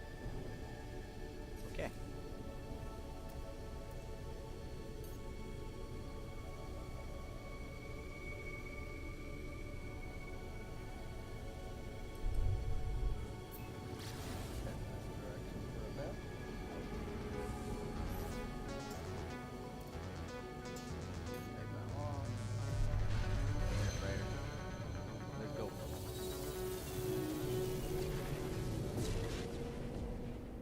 And yeah, we're gonna finish this up. About what U.S. media is saying about China. You act like this is some atrocious crime, and that sets a very, very dangerous precedent. By doing that, the next time there's a Remember the Maine, and we're sent to, go to war with Spain, or the Gulf of Tonkin resolution, you're not allowed to question it, because if you do, then you are just like a tankie. You said that you don't equate tankies like Langston Hughes, like Nelson Mandela, like Helen Keller with Nazis, but yet you equate me with Nazis when I do the same thing that they did in their time, which is question the mainstream U.S. media's narrative and accusations against socialist countries. So people can look over the tape, they can look and see what they saw, but I really think what you're doing is quite dangerous, right? I'm not China's lawyer. I love my country, and when you equate China and you equate China with authoritarianism, I think you're doing yourself a little bit of a disservice, because right now many people across the United States are suffering. They are not having jobs. They are unemployed. There's opioid addiction. There's a prison industrial complex. And what they want, they don't want some hippy dippy worker co-op in the woods. They want a government of action that will take power and fight for them, that will rebuild this country, that will stand hand in hand, arm in arm with countries around the world, not preach hate, not try to whip us up into a new war, but instead build international friendship and cooperation, which will rebuild the crumbling infrastructure, which will lift up communities that have been downtrodden. They want state power. They want authoritarianism on behalf of the people, popular power, workers' power to stop the crisis that we're in. And saying that socialism is just, employee stock ownership program or something like that is not going to appeal to them. The lie I've heard my whole life is that everywhere socialism has ever been tried, it's been nothing but a failure. It's done nothing. It's never achieved anything. That's a lie, Vosh. That is a lie. Socialism has had huge achievements and successes, and pointing them out does not make me the equivalent of the far right, and suggesting that is very, very dangerous to our movement. The worst thing about anti-tankyism, and this will be the last thing I say, is that it doesn't work. When people say to you, hey, you're a socialist just like Stalin. Stalin and the Soviet Union did nothing but horror. If you go, oh, no, I'm a good socialist. I'm not like one of those. Oh, no, I'm a good socialist. I hate all the countries. If you do that, you just look weak. You look pathetic, right? There will never be a socialism that the New York Times editorial page will approve of. I saw in Venezuela how the Venezuelan government bent over backwards to accommodate the opposition, to give them a voice, to let them participate, to let them have rallies, let them run in elections. U.S. media still says Venezuela is a brutal dictatorship with no dissent allowed. There will never be a socialism that U.S. media will not demonize and make extreme allegations against. That doesn't mean we should blindly believe everything these governments said. I believe in questioning. I believe in questioning and looking into facts, which you are trying to intimidate people out of doing when it comes to China and other countries. I'm not intimidating anyone, my dude. I just have a YouTube channel. I know you probably dream of being like the CCP chairman or whatever. But Bye-bye. Goodbye. Hey, Mouthy Infidel, I know that was a shit show. I love you, buddy. Thanks for stepping in. The first moderator I had lined up literally wouldn't do it because Caleb Maupin is such a toxic influencer. He didn't want to platform him. It was really funny. Oh, geez. Yeah, well, I don't think I have the power to platform people very effectively, I guess, because I don't have much of a flat platform. But sorry, I Yeah. So, if you notice throughout that entire debate, I didn't give a whole lot of commentary, but if you notice throughout it, it was entirely, the entire thing was Maupin mischaracterizing what Vosh was saying. Because he's a dishonest piece of shit. So, while this was mostly supposed to be, about No Man's Sky and other politics, it's been entirely about, Maupin being a fascist. So, hopefully this deep dive into Maupin's bullshit helps you recognize what the fuck is going on with people like him. That's in fascists. Him, Haas, Jackson Hinkle, Peter Coffin, Luna Oi, Non-Compete, Thought Slime, Bad Empanada. That's just them, okay? We can just go to the live screen now and not have... Do you like the multitask screen here? I've got the thing, and when I'm playing video games, the game will be here, I'll be here, whatever I'm doing here, and then this is actually just an image that I have, so if I were to do this and that, you have, it's something I drew with my mouse, forever ago. So, cool. Alright. Dunzo. Bow. I hope you all enjoyed. It's been going for 2 hours and 46 minutes. Alright. That's definitely long enough. I might jump onto Destiny stream, Destiny 2 stream on Twitch over at twitch.tv, not TV, /sandwichpants. So, yeah. Take care, and I'll see you all over there probably in an hour.